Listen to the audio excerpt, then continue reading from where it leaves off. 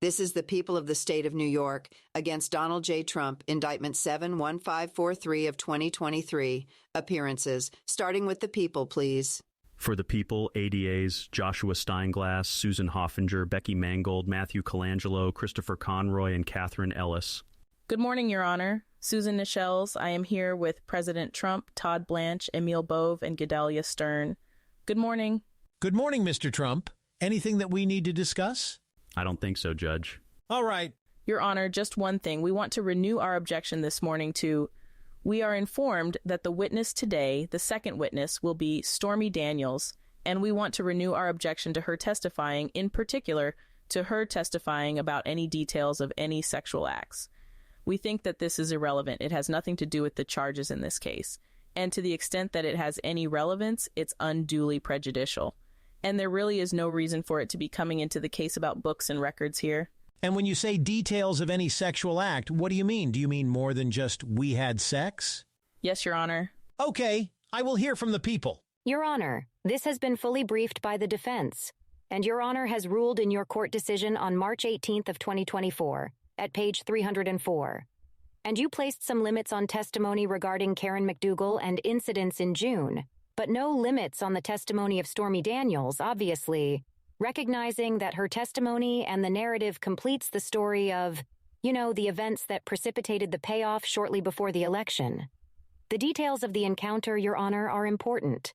The defense has opened already on her credibility and reasons for why she did what she did.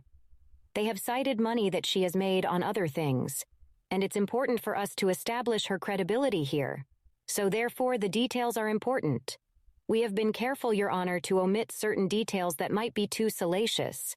We can, at some point, if you would like, list the things that we are omitting, although I don't think that it's necessary for me to do that in open court.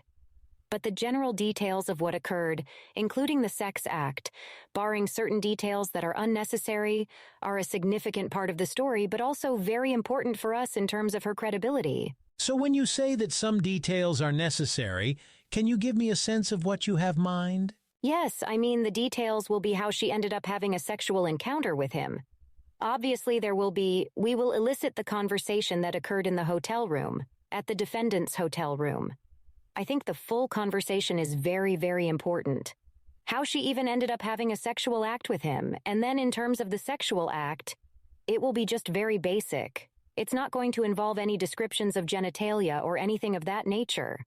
But it's important for us to elicit how she came to have sex with him and how she felt about it at the time. Your Honor, I understand that you ruled before already, but we are in a different place now. You have seen the evidence in this case, and you have seen where it is. And there is just no need for those kind of details here. There is a real question about the credibility of this woman. And she signed letters saying she didn't do this, and obviously that's an area for cross. But I don't think it's needed in this case.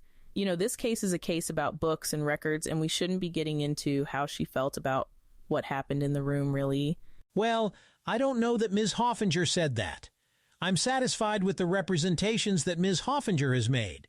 She has indicated that they don't need to go into any details about the sexual act itself. Well, Your Honor, there will be some details about the sexual act, very brief, very brief. We have to elicit that they did have intercourse, Your Honor. Well, that's fine. Okay. But we don't need to know the details of the intercourse. That's correct. I agree with you that she has got credibility issues, right? And therefore, I think that makes it all the more important for the people to establish her credibility by eliciting certain background information about the events that led to that encounter. So I will allow that based on the representations that the people have made. Thank you. All right, people, please call your next witness. Your Honor, Your Honor. Let's get the jury first. Yes, that's the third time. All rise, jury entering. You may all be seated. Do both parties stipulate that all jurors are present and properly seated? Yes. Yes. All right. Thank you. Good morning, jurors. Welcome back. People, your next witness. The people call Sally Franklin. Witness entering. Step right over to this officer. Good morning. Raise your right hand and face the court clerk. Thank you. Have a seat, please. Pull your chair up close to the microphone, all the way up. State your full name, spelling your last name. Sally Franklin, Franklin. Give us your county of residence, please. Westchester County, New York. Good morning. You may inquire. Thank you, Your Honor. Good morning, Miss Franklin. Good morning. Now can you tell the jury where you work? Penguin Random House. What kind of company is Penguin Random House? We publish books. How long have you worked in the publishing industry? For 26 years. How long have you worked at Penguin Random House? For 11 years. What is your current position there? Senior Vice President and Executive Managing Editor for the Random House Publishing Group. And can you explain to the jury what the Random House Publishing Group is?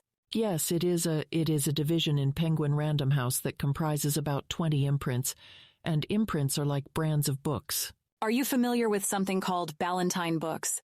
Yes, I am. That is one of our imprints. Have you testified in a legal proceeding before? No. This is your first time today? Yes. Do you understand that you are testifying today as a custodian of records for Penguin Random House? I do. Is Penguin Random House testifying voluntarily, or was the company compelled to testify personally through a subpoena? Compelled. And does Penguin Random House have counsel? Yes. Is counsel here today in the courtroom? Yes. As a senior vice president and executive managing editor of the Random House Publishing Group, are you familiar with the company's publishing processes? Yes. Does Penguin Random House work with its authors during different stages of the publishing process? Yes. Are there points in Random House's publishing process when authors sign off on various aspects of their books? Yes, they have approval. And does one thing that authors have approval over is the cover decision for their books? That is correct. Do they also approve the content of the books? Yes. Is that called a manuscript? Yes. Is a manuscript ever printed without the author's approval? No. Are you familiar with the book entitled Trump, How to Get Rich? Yes, I am. What is that? It is a book that we published about 20 years ago. Was it published under the Ballantine Books imprint? Yes. Before testifying today, did you obtain a copy of the book printed by Penguin Random House? I did. How did you obtain that? I ordered it directly from the warehouse, publishing warehouse. Did you order it the way that a member of the public would order it? No, I did it through our company's website with a special way to get it directly from the warehouse. And that's just for Penguin Random House employees? That's correct. Was it delivered to you directly from the warehouse? Yes. Are you familiar with another book, this one entitled Trump, Think Like a Billionaire, Everything You Need to Know About Success, Real Estate, and Life? Yes, I am. What is that? That is another book we published about 20 years ago from Ballantine. And before testifying today, did you obtain a copy of that book as printed by Penguin Random House? I did. And how did you obtain that book? The same way. I ordered it from the warehouse. And that was through the employee website? Yes. And it was delivered to you directly from the warehouse? Correct. Before testifying today, did you have an opportunity to review files marked for identification as People's Exhibits 413 and 414? I did. Did that include People's Exhibits 413A through D?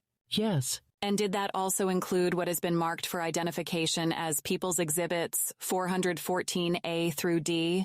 Yes. Is Exhibit 413 for identification a set of excerpts from the book entitled Trump, How to Get Rich? Yes. Do some of the passages, withdrawn? Do some of the pages in the exhibits contain redactions? Yes, they do. Before testifying today, did you have an opportunity to compare People's Exhibit 413 with a copy of the book that you obtained directly from Penguin Random House? I did. Other than the redactions, are the exhibits exact copies of portions of the publisher's version of the book? Yes, they are. And is Exhibit 414 for identification a set of excerpts from the book entitled Trump, Think Like a Billionaire, Everything You Need to Know About Success, Real Estate, and Life? Yes. Do some of the pages of those exhibits contain redactions? Yes, they do.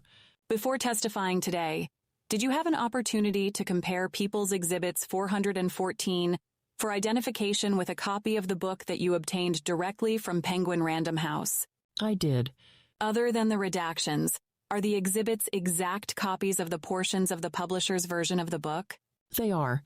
The people now offer People's Exhibits 413, including 413A through B, and People's Exhibits 414, including 414A through D, into evidence. Any objections? No objection. People's 413A through E and 414A through D are accepted into evidence. All right. So can we show the jury and everyone what is now in evidence as People's Exhibit 413? Ms. Franklin, do you recognize this? I do. It's the cover of the book. And which book is it the cover of? Trump, How to Get Rich. And what does it say under the title of the book? Big Deals from the Star of The Apprentice. Who is the author of this book? Donald J. Trump. And does it list a name under Donald J. Trump? Yes, it does. It lists Meredith McIver. And does it say with Meredith McIver? Yes, it does.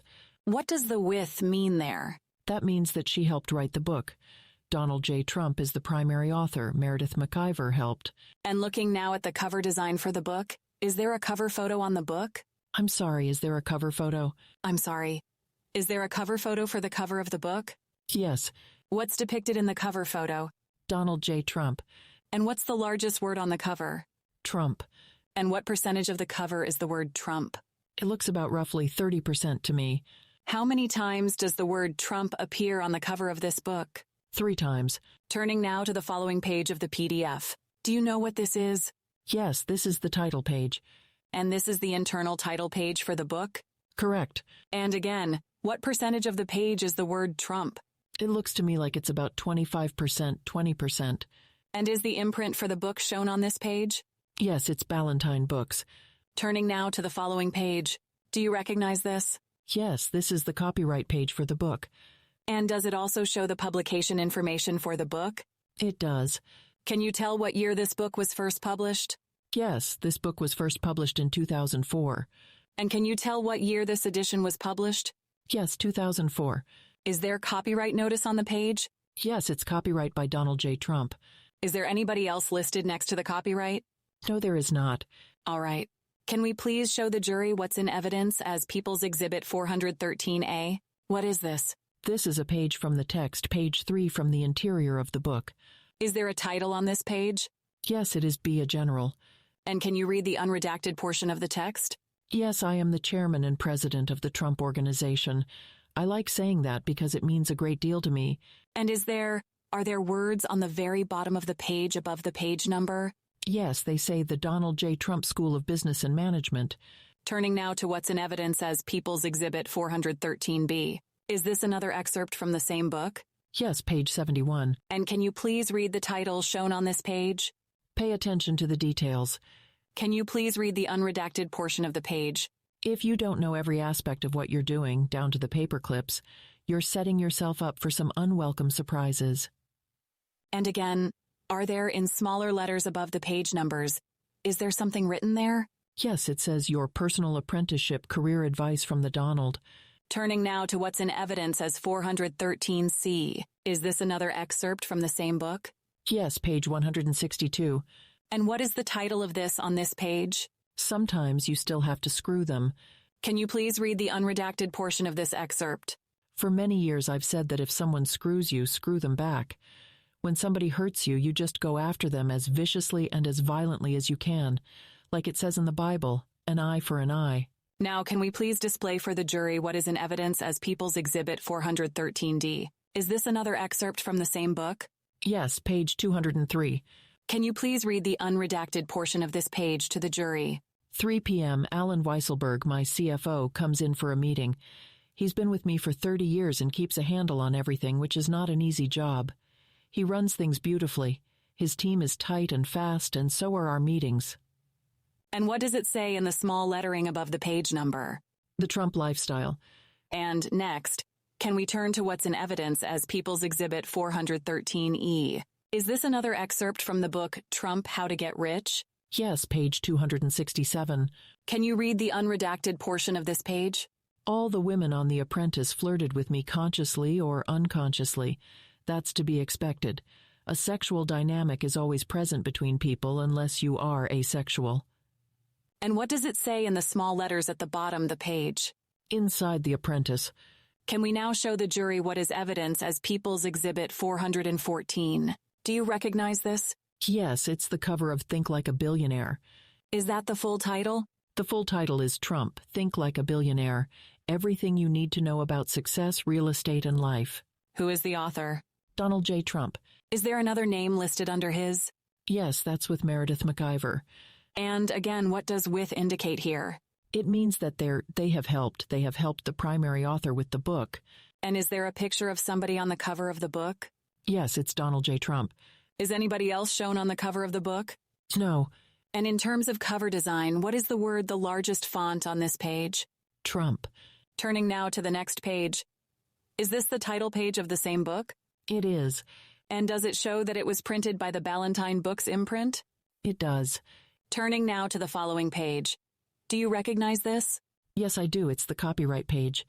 And does this also show the publishing information? It does. Can you tell what year this book was first published?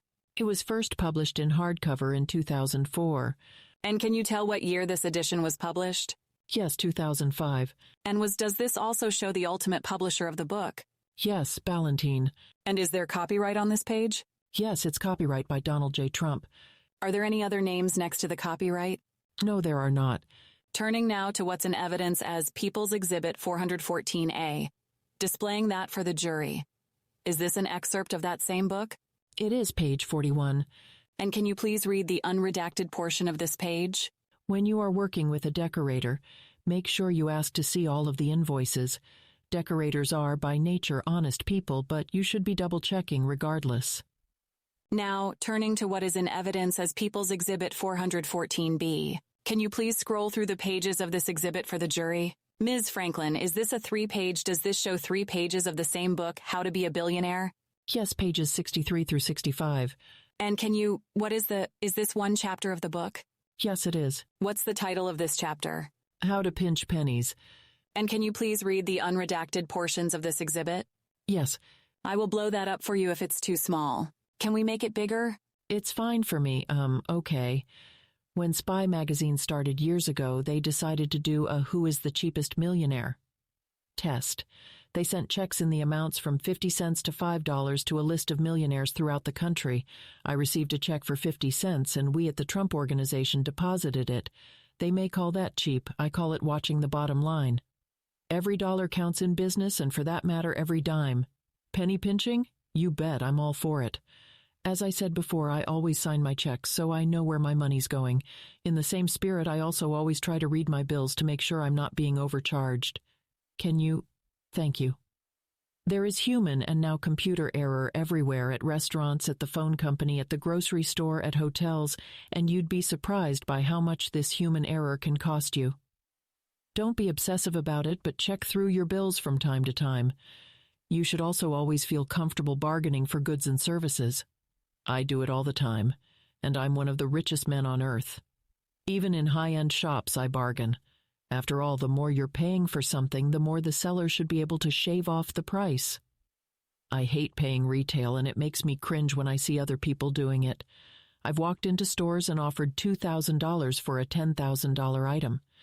It can be embarrassing for me, especially since everyone knows that I'm Trump and that I'm wealthy. But you'd be amazed at the discounts you can get if you simply ask. You do have to be willing to walk away, but after you've walked away a few times, the price will come down. I understand that penny pinching can have a negative connotation, as in miserly, but when you calculate how much 10 cents on a price can matter if you multiply it by 100,000 or 1,000,000, the value of 10 cents becomes clear. For instance, let's say I have to buy 100,000 light bulbs for all of the buildings that I own and maintain each year. If I manage to save 10 cents on each light bulb, that's a savings of $10,000 per year. That's $10,000 I can put toward another building or another investment or donate to a cause that needs the money more than I do. Pay attention to the small numbers in your finances, such as percentages and cents. Numbers that seem trivial add up and have enormous implications.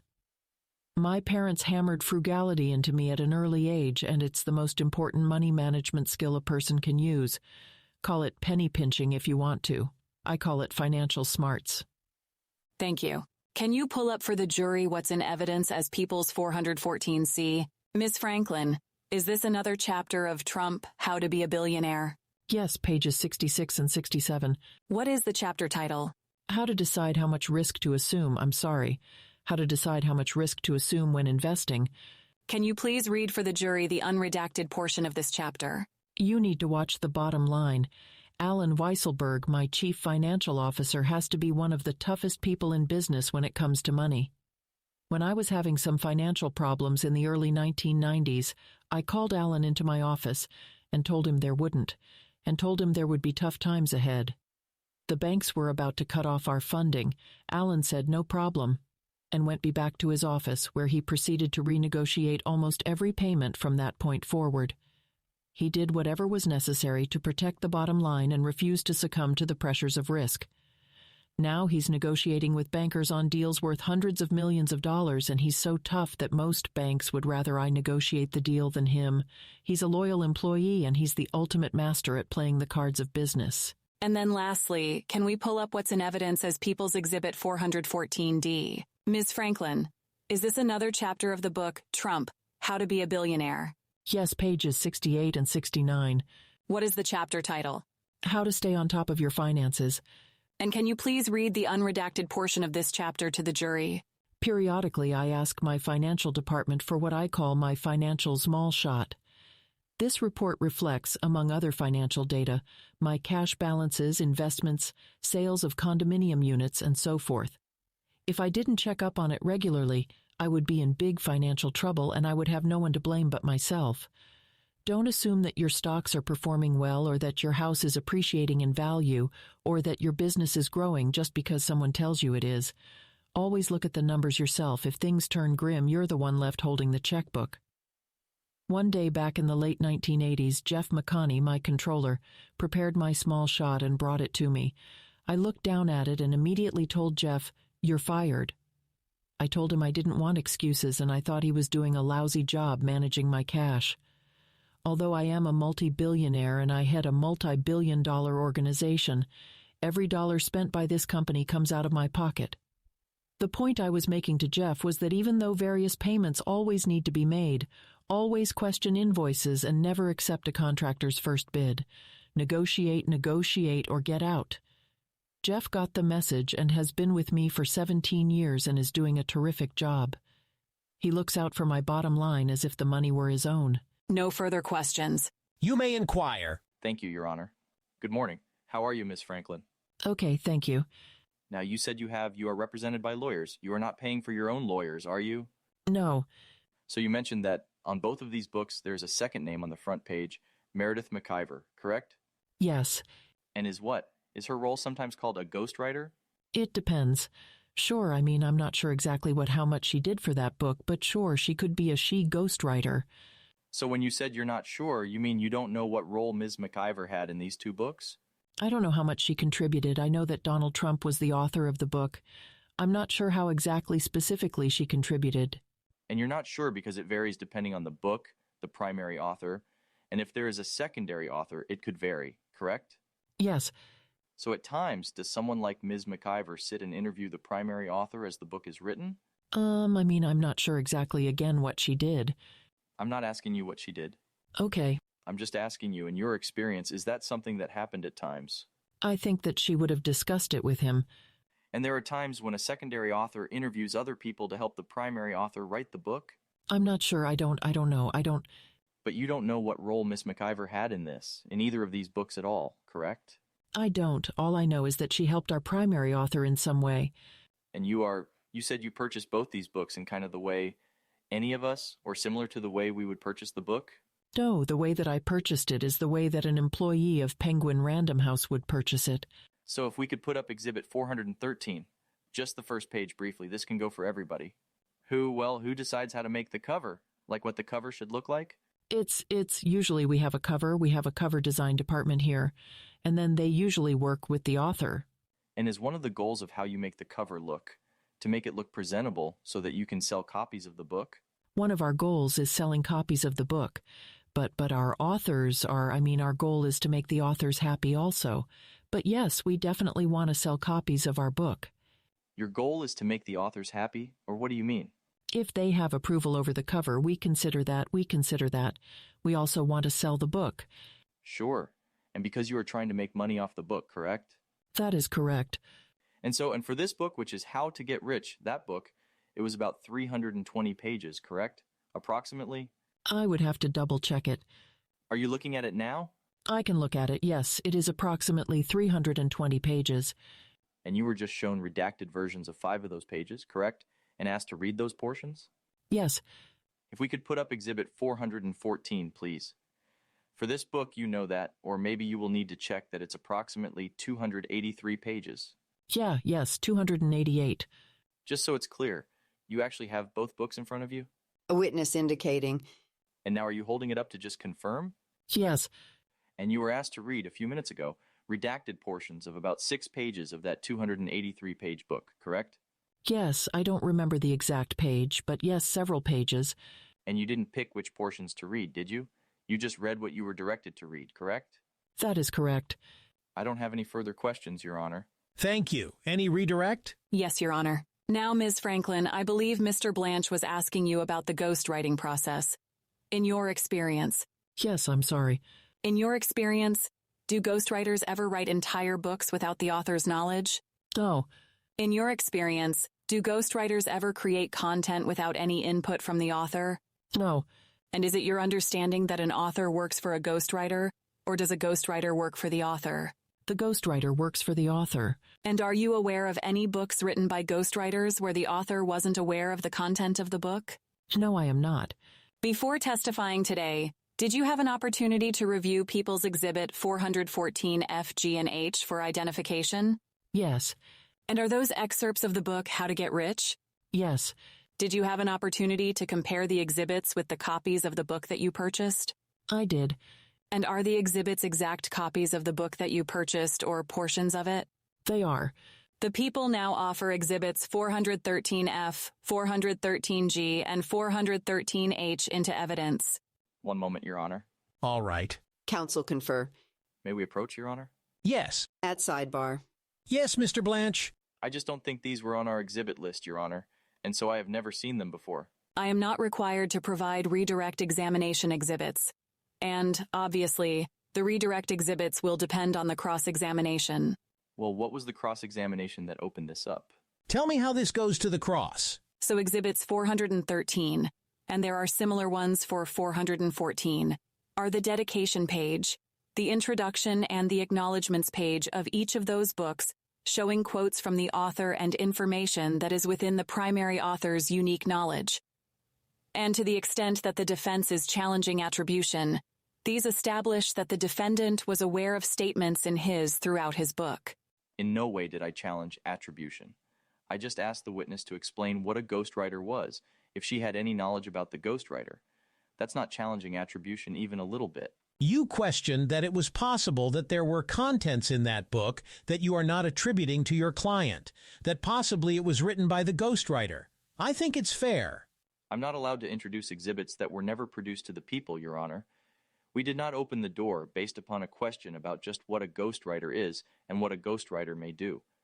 Also, Your Honor, as to exhibits that were not produced to the defense... You just asked one question about it? Excuse me? You just asked one question about it, about a ghostwriter.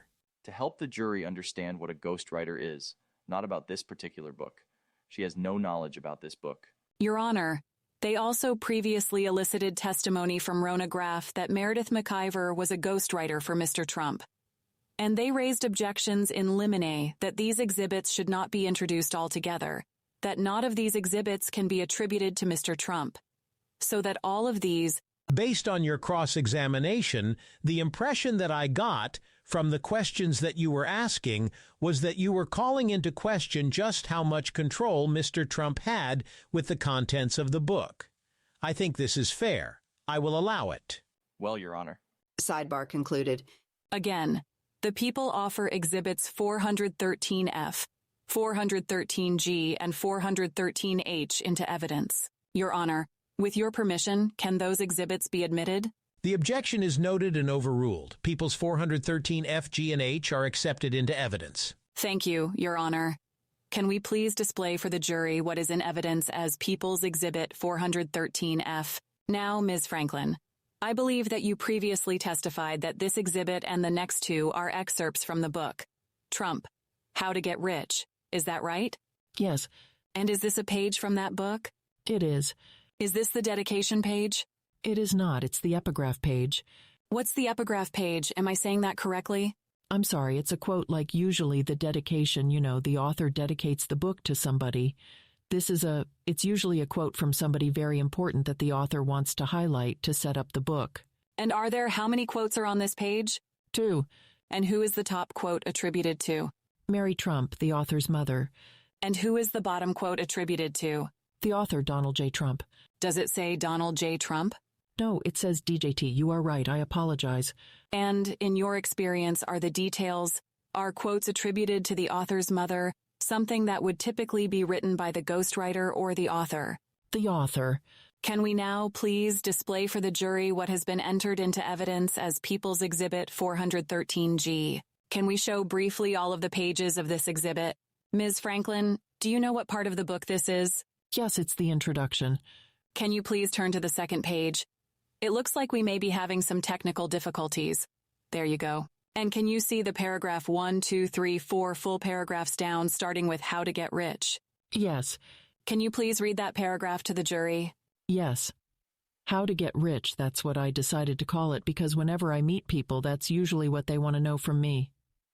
You ask a baker how he makes bread. You ask a billionaire how he makes money. And in your experience, is that the type of content that would typically be provided by a ghostwriter or the author? The author. Finally, can we pull up what's now in evidence as People's Exhibit 413H? Is this another excerpt from the book Trump, How to Get Rich? Yes. What section is this? The acknowledgments. Can you please read the first paragraph of this to the jury? Yes, this book could not have been written without Meredith McIver, a writer of many talents. She served her apprenticeship with the New York City Ballet, worked on Wall Street, and for the past 2 years has been an executive assistant at the Trump Organization, stationed at a desk outside my office.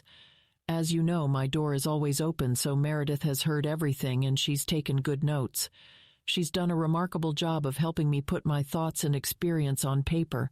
I am tremendously grateful to her. Now, is the author's description of a secondary writer helping put thoughts and experiences on paper consistent with your understanding of what a ghostwriter does? Yes. And can you please turn to the next page of this exhibit? And can you please read this page to the jury? I want to thank my editor at Random House, Jonathan Karp, who asked me to write this book. I first met John in 1997 when he edited The Art of the Comeback. He spent a lot of time in my office, and one day I noticed he was staring at the carpet under my desk. Finally, he said, "Donald, what's the deal with the space heater?" I told him that my feet get cold. John said, "We're in Trump Tower. It's your building. Can't you do something about that?" It's important to have an editor who asks the tough questions. I'm also grateful to many others at Random House who worked long and late hours to produce this book in record time. Publisher Gina Centralio, Associate Publishers Anthony Zaccardi and Elizabeth McGuire, Executive Director of Publicity Carol Schneider, Director of Publicity Thomas Perry, Associate Director of Publicity Elizabeth Fogarty, Editorial Assistants Jonathan Zhao, who did an excellent job with the photos, and Casey Rivish, Art Director Jean Midlowski, Managing Editor Benjamin Dreyer, Production Chief Lisa Fewer, Design Director Carol Lowenstein, Production Manager Richard Ellman, Production Editor Janet Weigel, Copy Editor Ginny Carroll, Advertising Director McGee Finn, Rights Directors Claire Tyson and Rachel Bernstein, and everyone at the Random House sales force, which is the best in the business. Do you recognize the names referenced on this page? Yes. Are those all employees of Penguin Random House, or were they at some time? Yes. And in your experience, is this type of content consistent with something an author would write who was very involved in the writing process? Yes. Now, before testifying today, did you also have the opportunity to review what has been marked for identification as People's Exhibits 414E, 414F, and 414G? I did. Are those additional excerpts from the book How to Be a Billionaire? Yes. And Think Like a Billionaire. I'm sorry. All right. Think Like a Billionaire. Did you compare the exhibits to the versions of the book that you purchased? Yes. And are the exhibits exact copies of portions of that book? They are. The people now offer exhibits 414E, F, and G into evidence. No objection. Accepted into evidence. Now, can we please display for the jury what is in evidence as People's Exhibit 414E? And can you remind me what you called this page? This is the epigraph page. And are there multiple quotes on this page? Yes, there are 3. And who is the top quote attributed to? The author's father, Fred Trump. And is this the type of thing that would come from a ghostwriter or the author? Author. Can we now show the jury what's in evidence as People's Exhibit 414F? And can you flip through the pages of this exhibit, please? Ms. Franklin, do you know what this is? Yes, this is the introduction for Think Like a Billionaire.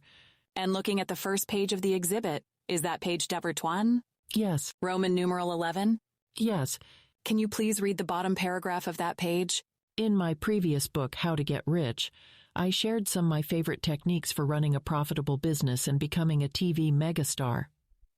Consider this new book the second part of an ongoing conversation between you and the Donald.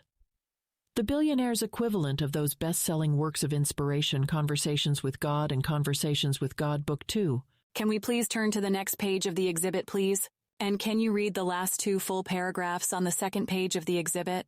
Here's something else about God that any billionaire knows. He's in the details, and you need to be there too. I couldn't run a business any other way. When I'm talking to a contractor or examining a site or planning a new development, no detail is too small to consider.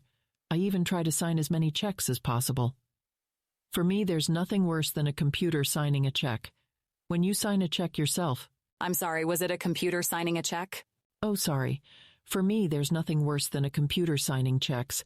When you sign a check yourself, you're seeing what's really going on inside your business. And if people see your signature at the bottom of a check, they know you're watching them, and they screw you less because they have proof that you care about the details. And can we show this paragraph in combination with the next full paragraph, please? Can you read the next full paragraph, please? I learned how to think like a billionaire by watching my father, Fred Trump. He was the greatest man I'll ever know and the biggest influence on my life. Ms. Franklin, in your experience, are references to the author's childhood something that would typically come from the author or the ghostwriter? The author. And is the content of this portion of the introduction consistent with the other content from the books that we've looked at? Yes. Can we please now turn to People's Exhibit 414G, already in evidence? Can you describe what this is? The acknowledgments for Think Like a Billionaire. And can you read the first sentence of this to the jury, please? Like my previous book, How to Get Rich, this book never would have happened without the hard work and help of Meredith McIver. Also, Norma Forderer, who manages my schedule, kept this project on schedule. And, again, is this consistent with your understanding of how authors and ghostwriters work together? Yes. And then can you read to yourself the next paragraph, please? To myself. Yeah, just to yourself. You don't need to read the whole thing. Got it. Like the acknowledgement section of the prior book, does this section of the acknowledgments of this book also list employees of Penguin Random House? It does. And is it the author's withdrawn? To your knowledge, are all of these people actual employees the company Penguin Random House? Yes. No further questions. Can we just put that last exhibit up, please, and turn to the second page, 414G? We don't have these exhibits, so we needed to ask the people to put it up. All right, you can put it up. If you can highlight the last paragraph, just blow it up, please. Is this the second page of what you were just reading from, acknowledgments? I believe so, yes. And yes. You can look at it if you need to, that's okay. Okay. And this is the second page of the acknowledgments. You read the first, a portion of the first page. And that's just Meredith McIver listing folks that she wants to thank also for her help, correct? Yes. No further questions.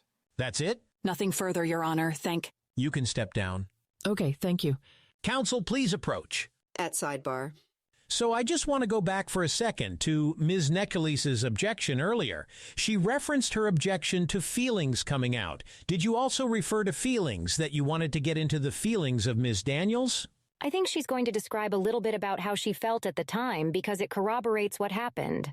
Look, I think her account of what happened on that day is the account that would have been told to the American people prior to the election had she not entered into the NDA. It's significant. Give me a sense of what she's going to say when she talks about her feelings, how she felt that day. I mean, she's going to say, for example, at certain times she felt feelings leaving her hands and toes, that she felt that she was having a panic attack at one point. She will describe that some details came back to her later after seeing a movie called Bombshell, for example, which I think will help to explain certain times about what she remembered and what she didn't remember. So it's not going to be in great detail, but I think it's significant because for a period of time she didn't remember how she got to bed and had sex with him. And so I think it's important to bring out partly how she was feeling at the time because it explains that. And again, the defense opened the door from the start to credibility issues. This is the account that would have been told to the American people had she not entered into the NDA.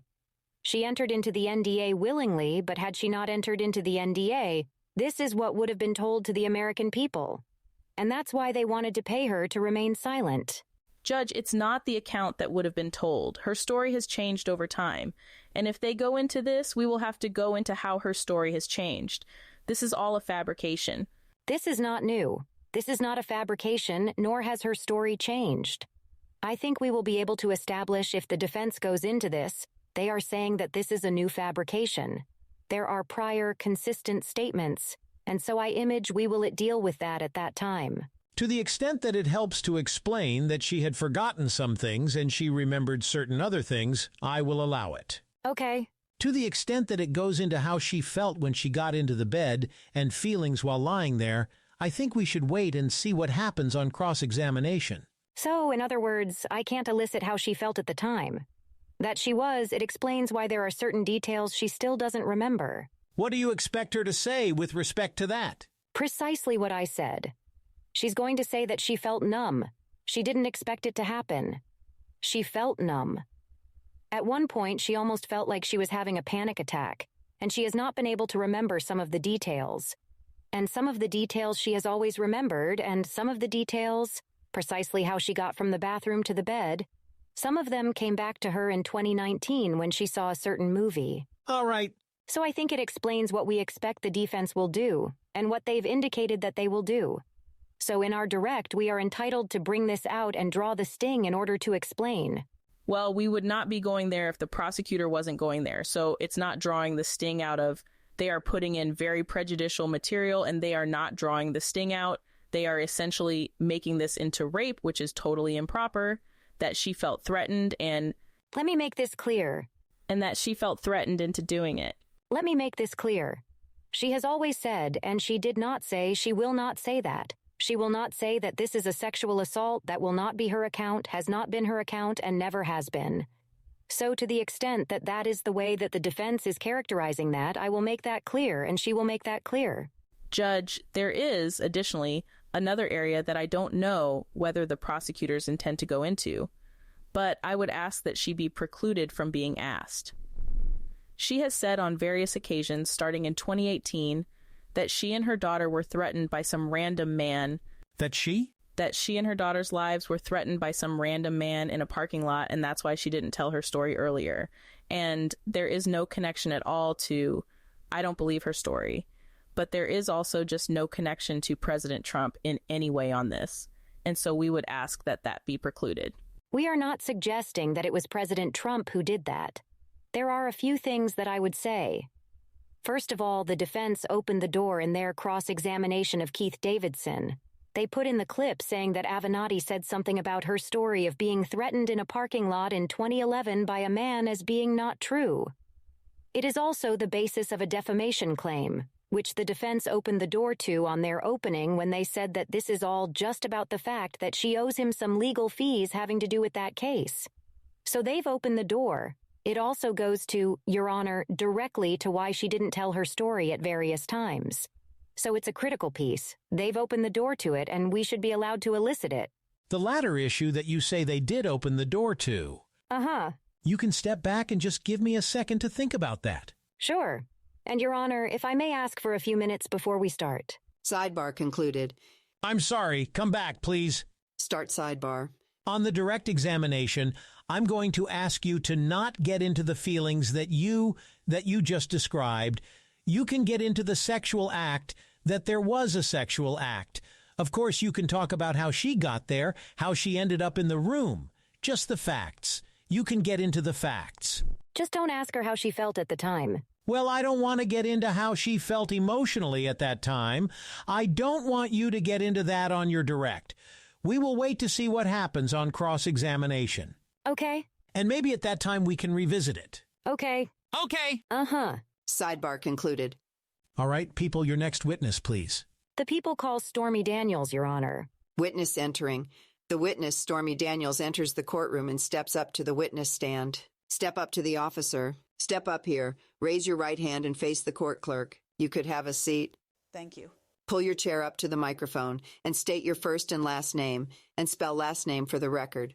Ready? My name is Stormy Daniels. Last name is Daniels. All right. Good morning, Ms. Daniels. Thank you. You may inquire. Good morning, Ms. Daniels. Good morning. Hi.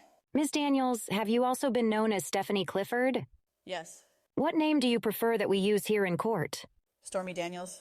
Now, are you testifying here today pursuant to your subpoena? Yes, I am. Without providing any specific names, can you tell the jury a little bit about your family? Sure, I was born and raised in Baton Rouge, Louisiana. My parents divorced when I was 4, so I was raised mostly by my mom. Now I live in Florida with my partner, and I share custody of my young daughter with her dad. And how long have you known your partner? I have known him for almost 25 years. Tell the jury a little bit about your life growing up in Louisiana. Like I said, I was born and raised in Baton Rouge, Louisiana. My parents split up when I was 4 years old. I was mostly raised by mom, very low-income family. She was a single working mom. I went to a private, very Christian, very strict elementary school that my dad paid for. And then I entered the magnet system, which is for you have to maintain a certain GPA in middle and high school. I went to an engineering high school because I wanted to be a veterinarian, and they had the best recommendation for getting into college and for getting scholarships. So I graduated from Scotlandville Magnet High School in 1997. I graduated top 10% of my class for the country and applied to both LSU Veterinary School and Texas A&M. I received a full scholarship from Texas A&M for veterinary medicine, but even that still requires you to pay for things that aren't included in scholarships. So I took a year off from that and never actually got to go back. So you never actually went. You didn't go to colleges, correct? Correct, but I did take college classes in high school. And did you participate in some clubs in high school? Yes, I did. What kind of clubs or hobbies were you involved with when you were in high school? I was editor of my high school paper, so I was in the journalist club. I was in 4-H because I loved horses, and also so they would write a recommendation for veterinary school. And then I was, aside from the regular 4-H, I was in the equine department of the 4-H department, which is the equestrian horseback riding part of that, and I was in the Baton Rouge Ballet Company. And I'm going to ask you to slow down just a little bit so that the court reporter can get it all down, and also so that the jury can hear you. I'm sorry. It's all right, I'm sorry. Did you do some work during high school, some paperwork? Yes, I did. I taught handicap rider lessons at the stable where I kept my horse in exchange for board and feed for my horse and riding lessons, and I shoved manure. Laughter in the courtroom. And then later I went on to dancing. Okay, tell us about the dancing, when you went on to that. I was 17, I think, and I met a friend who told me that she was a dancer. I thought she meant the same kind of dancing that I did, which was ballet and jazz and tap. I was wrong. Laughter in the courtroom. She was an exotic dancer and invited me to the club to see her dance, and they didn't bother to check my ID. So I started dancing on the weekends, which was actually kind of cool because I didn't have to miss any classes and could still make more in 2 nights than I did shoveling manure 8 hours a day. Laughter in the courtroom. So, you started making some money then in high school, is that right? Yes. And did you move out of your mother's house at some point? Yes, ma'am. During or shortly after high school? When I was 17. And just briefly, why did you move out of your mother's house, just briefly? My mother was very neglectful. She would disappear for days at a time. I wish I could say that she was an addict of some sort. That would kind of be an excuse, but to this day, I really don't know. We lived in a really bad neighborhood, and she would just vanish. And so, finally, it came to a head right around Christmas time of my senior year, and then I left for a little bit, for a couple of weeks, and then I came home. And since I was 17, which in Louisiana at that time you are considered an adult, so I moved out. And have you supported yourself ever since? Yes. Now, did there come a time that you started also doing some other work, for example, nude modeling for some magazines? Yes, when I was 21. Why did you do that? Well, I was working at the club, as I said, and we would have, guest stars. They are called featured entertainers. For those that don't know, it's like traveling acts that come in and they headline at the club.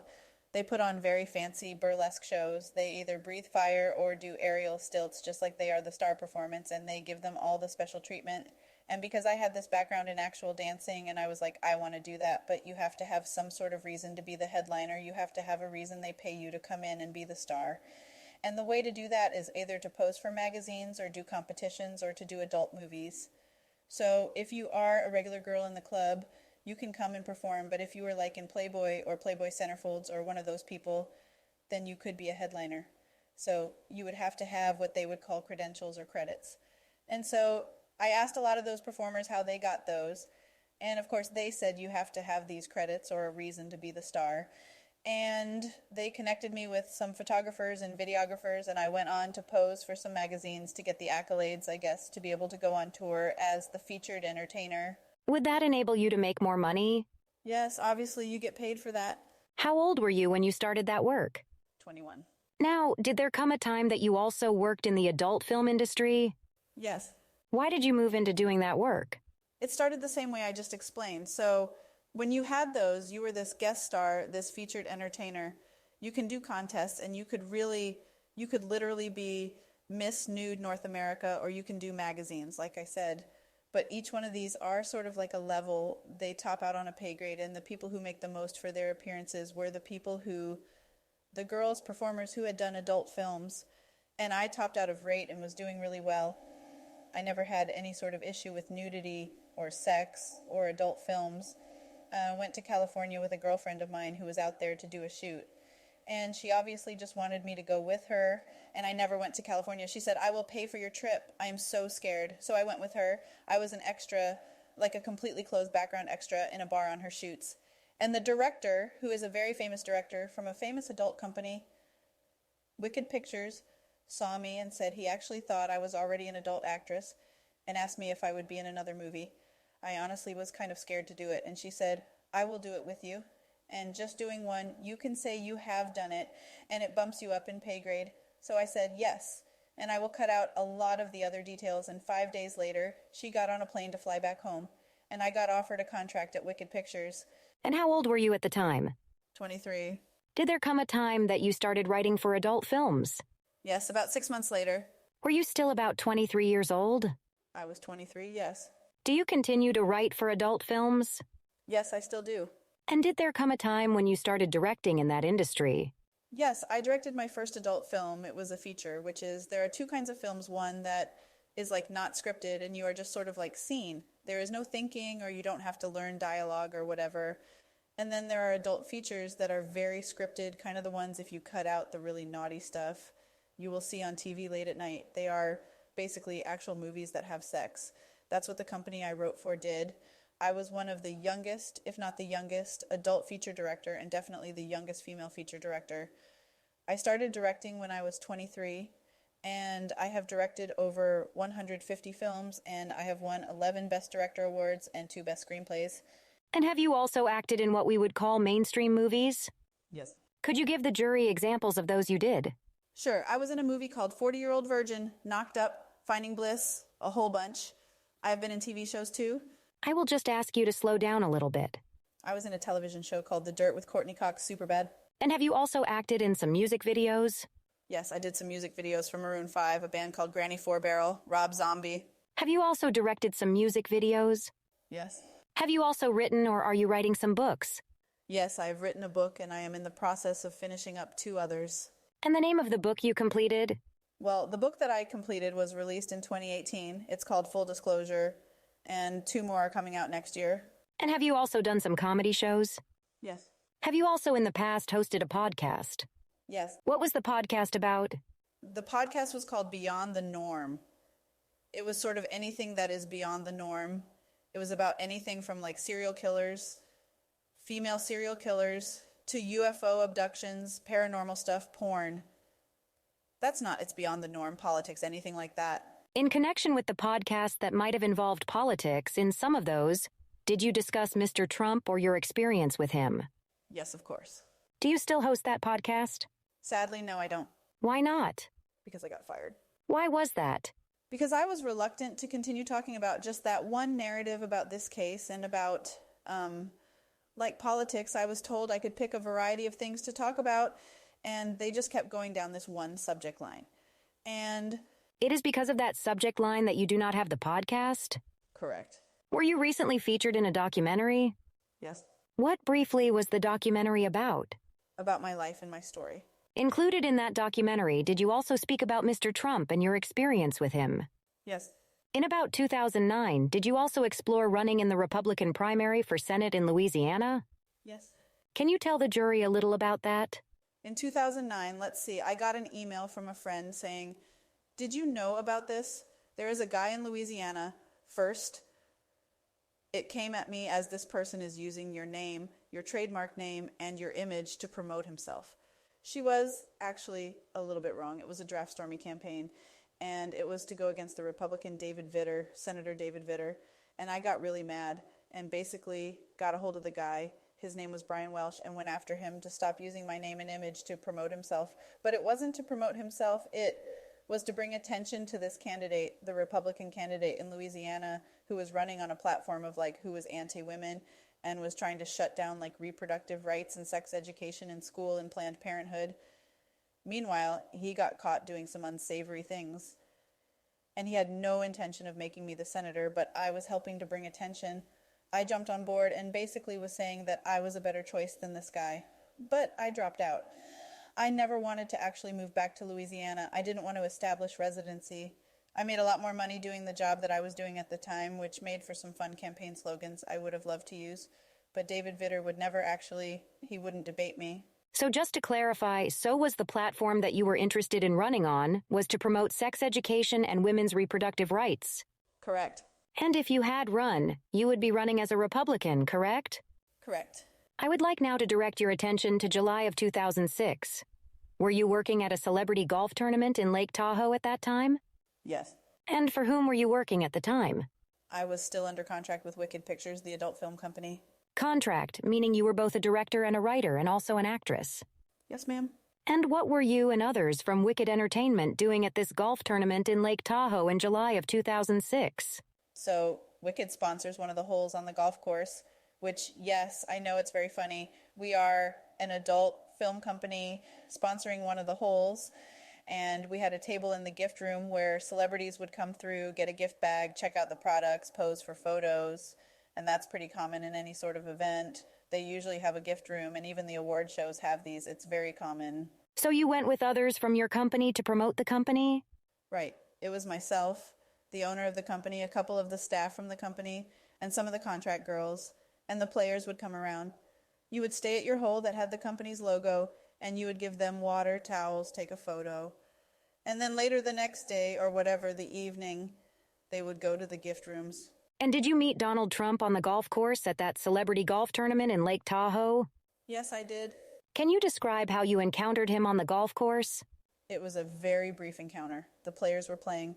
They came through very quickly. We met every person who was in the golf tournament at that moment. They came through. Obviously, they would take their shot. I would say hello and introduce myself to them. I introduced myself, the company, and the other contract girls, not just to Mr. Trump, but every player that came through. Gave them water, posed for pictures. It was a very brief encounter on the course. Do you recall, if at all, what you discussed with Mr. Trump on the golf course at that time?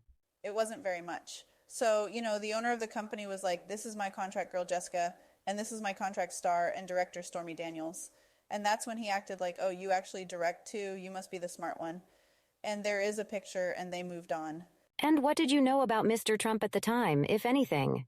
Well, that he was obviously a golfer and that he had a television show I had never seen called Celebrity Apprentice or The Apprentice, and he had done some reality TV things. Do you recall what the reality TV things were that you knew about at the time? He did a lot of cameos and things like that. I definitely remember seeing movies, commercials, or whatever, and something for wrestling, which I am from Louisiana. It's a big deal. How old were you at the time? 27. And did you know his approximate age, or could you tell his approximate age at the time? I didn't know his age. I knew he was probably old or older than my father. So, how old was your father at the time? So 60. Did you see Mr. Trump again inside the gift room that you mentioned previously? Yes. And could you just describe that encounter in the gift room briefly? Sure, like I mentioned, everybody came through. There were so many photos with the girls, with all the celebrities that came through that day. He did remember us from the golf course. He talked to all of the girls. He remembered me specifically, that I was the smart one. He asked for a DVD. We have a DVD. We had our adult films there. He specifically asked for the one that I had directed. At that time, it was only one that was out that I had all three written, directed, and starred in, and that was the movie called 3 Wishes. So I made sure that he got that one. We talked very briefly. Then I saw him talking to his security, but I didn't know that it was his security then at the time. I thought maybe it was his friend. I saw him talking to another gentleman that was with him. And then he said that he came back and said that Mr. Trump would like to know if I would like to have dinner with him. Before we get to that, you also took a picture with Mr. Trump inside the golf room? Yes. I am sorry. Inside the gift room? The gift room, yes. Did you take pictures with other celebrities or other folks that were coming through? Yes, pretty much every celebrity that came through we took a photo of. Do you see Mr. Trump in the courtroom today? Yes. Could you just point him out and indicate an article of clothing that he is wearing? Navy blue jacket, second at the table.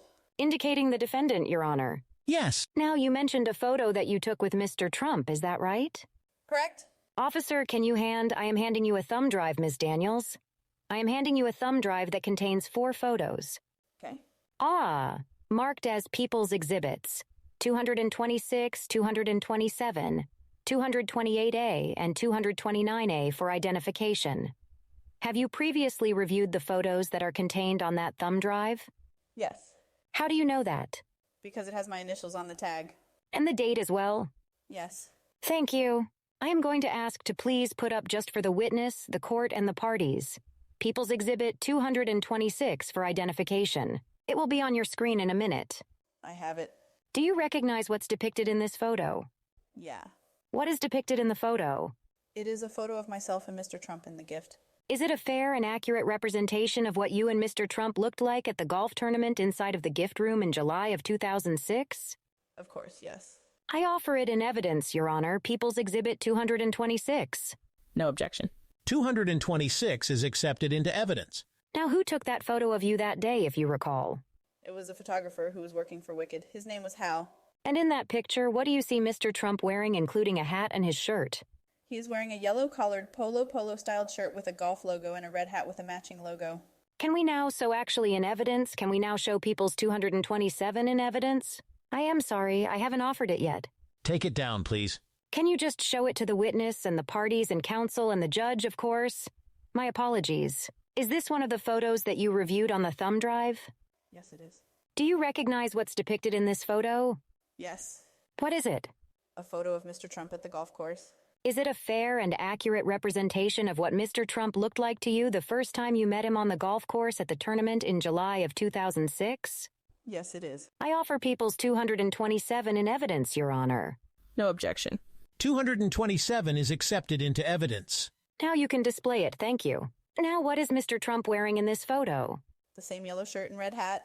You can take that down, thank you. Now, you mentioned that after you talked briefly with Mr. Trump in the gift room, that someone, his bodyguard, came over and spoke with you? Yes. Can you tell the jury again what his bodyguard told you? That Mr. Trump was interested in having me join him for dinner. And what did you say at that time? I'm sorry. No, but with an expletive in the front. Do you know the bodyguard's first name? It's Keith. Did he introduce himself as Keith? Yes, as Keith, yes. Did you know his last name at the time? I did not. At the time, I did not know. Do you know now what's his last name? Yes, Schiller. At the time he gave you his first name? Yes. Did Keith give you his cell phone number at the time? Yes. And how did he give you his cell phone number? He actually took my number. Did he ask you for your number? He asked for my number and I gave him my number and then messaged me and I saved it. In other words, you saved his cell phone number in your phone. Yes. Did you create a contact in your phone for Keith in July of 2006 when he texted you that contact? Yes. Can we show just to the witness now, People's Exhibit 229A for identification? Just to the witness, the parties, and to the court. Is this also one of the photos that you reviewed on the thumb drive? Yes, it is. Do you recognize it? Yes. What is it? It is a photo of my phone and the contact in it. And is it a particular photo from your phone of the contact for Keith? Yes, it is. Now, do you notice that the phone redacted to show only the last 4 digits? Yes. Have you had a chance to also review and compare it against the original contact in your phone with the full numbers? Yes. Aside from the redactions, is it exactly the same? Yes, it is a match. I now offer People's Exhibit 229A in evidence, Your Honor. No objection. Was that 228 or 229? It was actually 229. We are jumping a little. We will get back to 228. I apologize.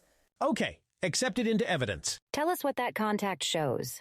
It says, it is saved under the name Keith Trump, that I put Trump because I didn't know his last name when I saved it. And then the phone number that he texted me from that I saved. And in listing it in your phone as Keith Trump, you said you didn't know his last name. Why did you put the name Trump there? I know a lot of people named Keith, and I wanted to make sure I knew which Keith it was. And because I didn't know his last name, at least I know who he works for. I do that a lot. Put the name, it's stupid. Or I put where they are from. Was it the fact that he worked for Mr. Trump that you put the last name Trump in your phone? Correct. Do you still have Keith's contact in your phone to this day? Yes. Now, after you left the golf tournament, did you speak with anyone else about the dinner invitation from Mr. Trump that Keith extended to you? Yes. Who did you discuss it with? Immediately, my then publicist. His name was Mike. He was the first, and I think the only one that immediately I talked to about it. And what? Could you tell us a little bit about the conversation with Mike and what it led you to end up doing? So I was scheduled to have a dinner or to go to dinner with everyone from the company that I worked for, and I really didn't want to go to that dinner. There was a couple of people at that dinner that I didn't want to be around, catfight and stuff. And so I said, well, I can go to this, not that I ever would. And he said, wait, this is amazing. You totally should. What better excuse do you have to get out of this dinner than that you're going to have dinner with Donald Trump? If nothing else, you will get a big story, and it will be good to get you out of this dinner. He said, I think you should go. It will make for a great story. He is a business guy. Like, what could possibly go wrong? That was his words to me. Did he persuade you that it would be good for your career? Yes, he implied. He said, at the very least, he could probably have some interesting advice. At the best, maybe he can get you a pilot with an agent or something like that. Did you end up going to his hotel, Mr. Trump's hotel, to have dinner with him? I did. How did that come about? Keith messaged me. I don't remember who messaged first. I messaged back and forth with Keith and set it up to arrange for me to go across town to where Mr. Trump was staying. It was not the same hotel I was staying at, and I meet him for dinner. Do you recall what hotel Mr. Trump was staying at? I believe it was Harrah's. It was not the same one as me. How did you get to the hotel? How did you travel to the hotel? So I was originally going to walk. I set out to do that and realized that I had made a poor footwear decision and that choice, and actually ended up meeting with a friend of mine about halfway, talking to her, and then I took a car the rest of the way.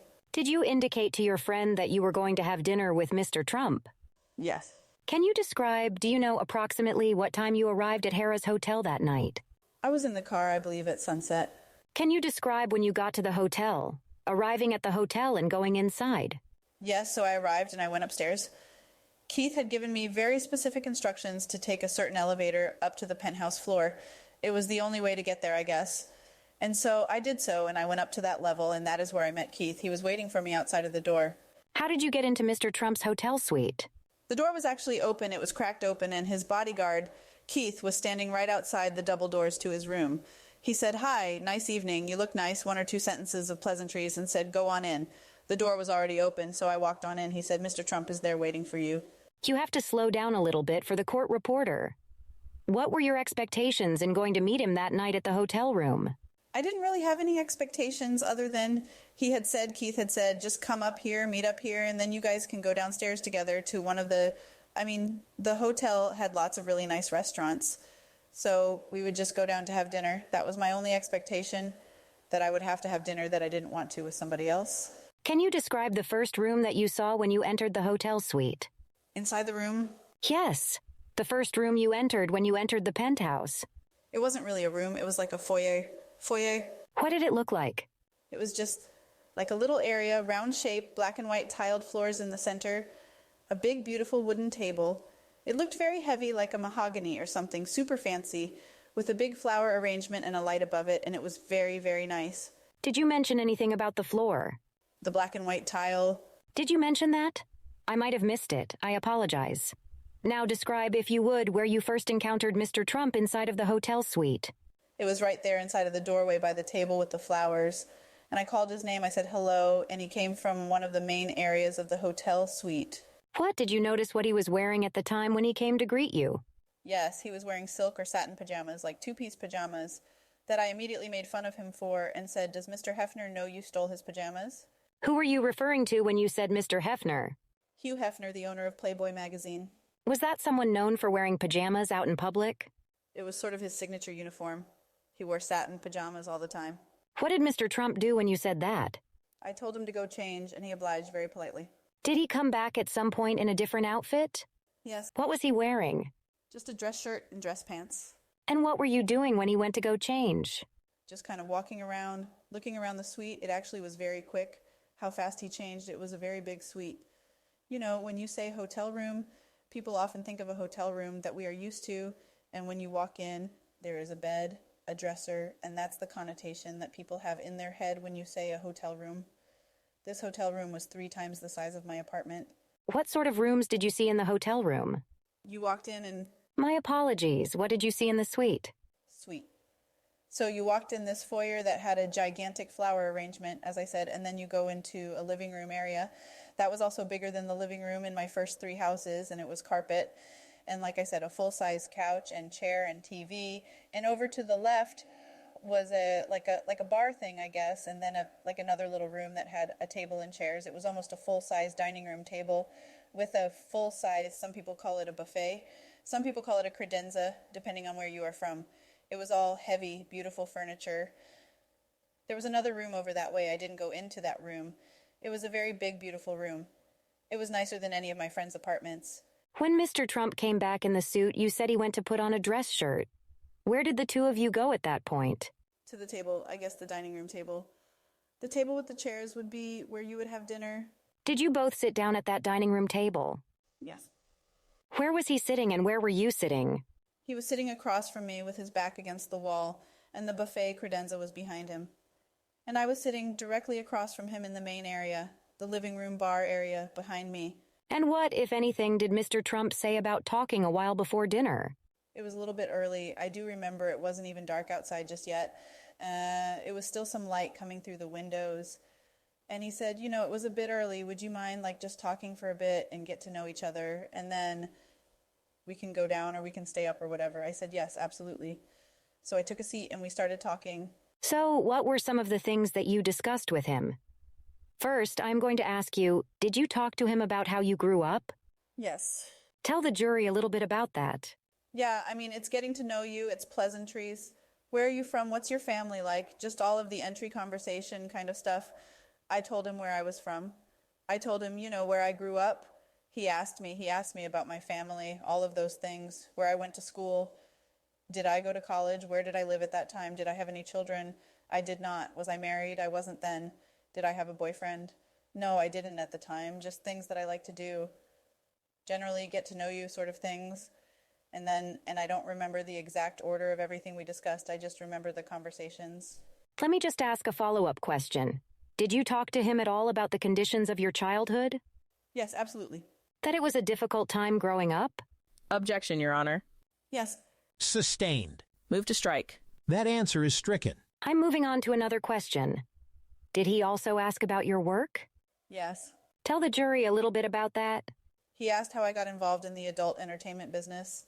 I told him that story about how I started dancing and posing for magazines. He was very interested in how I would segue from being a porn star to writing and directing. I did have to immediately lay that misconception that so many have that, yes, some adult films have real scripts and are real movies, not just, oh, I am sorry, Mr. Pizza Boy, which is very offensive to me. So I did explain to him different types of adult films. Some are scripted, some budgets are $5,000, and some budgets are $250. I explained that there is such a budget range and how I got involved in it. He was very interested in a lot of the business aspects of it, which I thought was very cool. He asked questions like, are there any unions? Do you get residuals? How are the people paid? Do you get health insurance? What about testing? Are you worried about STDs? Do they have a doctor on staff? You know, most of the time I'm trying to be very careful and not say bad words. Most of the people who want to talk to me about work, they want to know the sexy stuff or the dirty stuff. What's your favorite position? They want to know the salacious things. These were more very thought out business questions. I can't tell you if I ever remember someone asking, do we have a union and how we get paid and how the testing works in the industry? Are we worried about getting pregnant or catching something?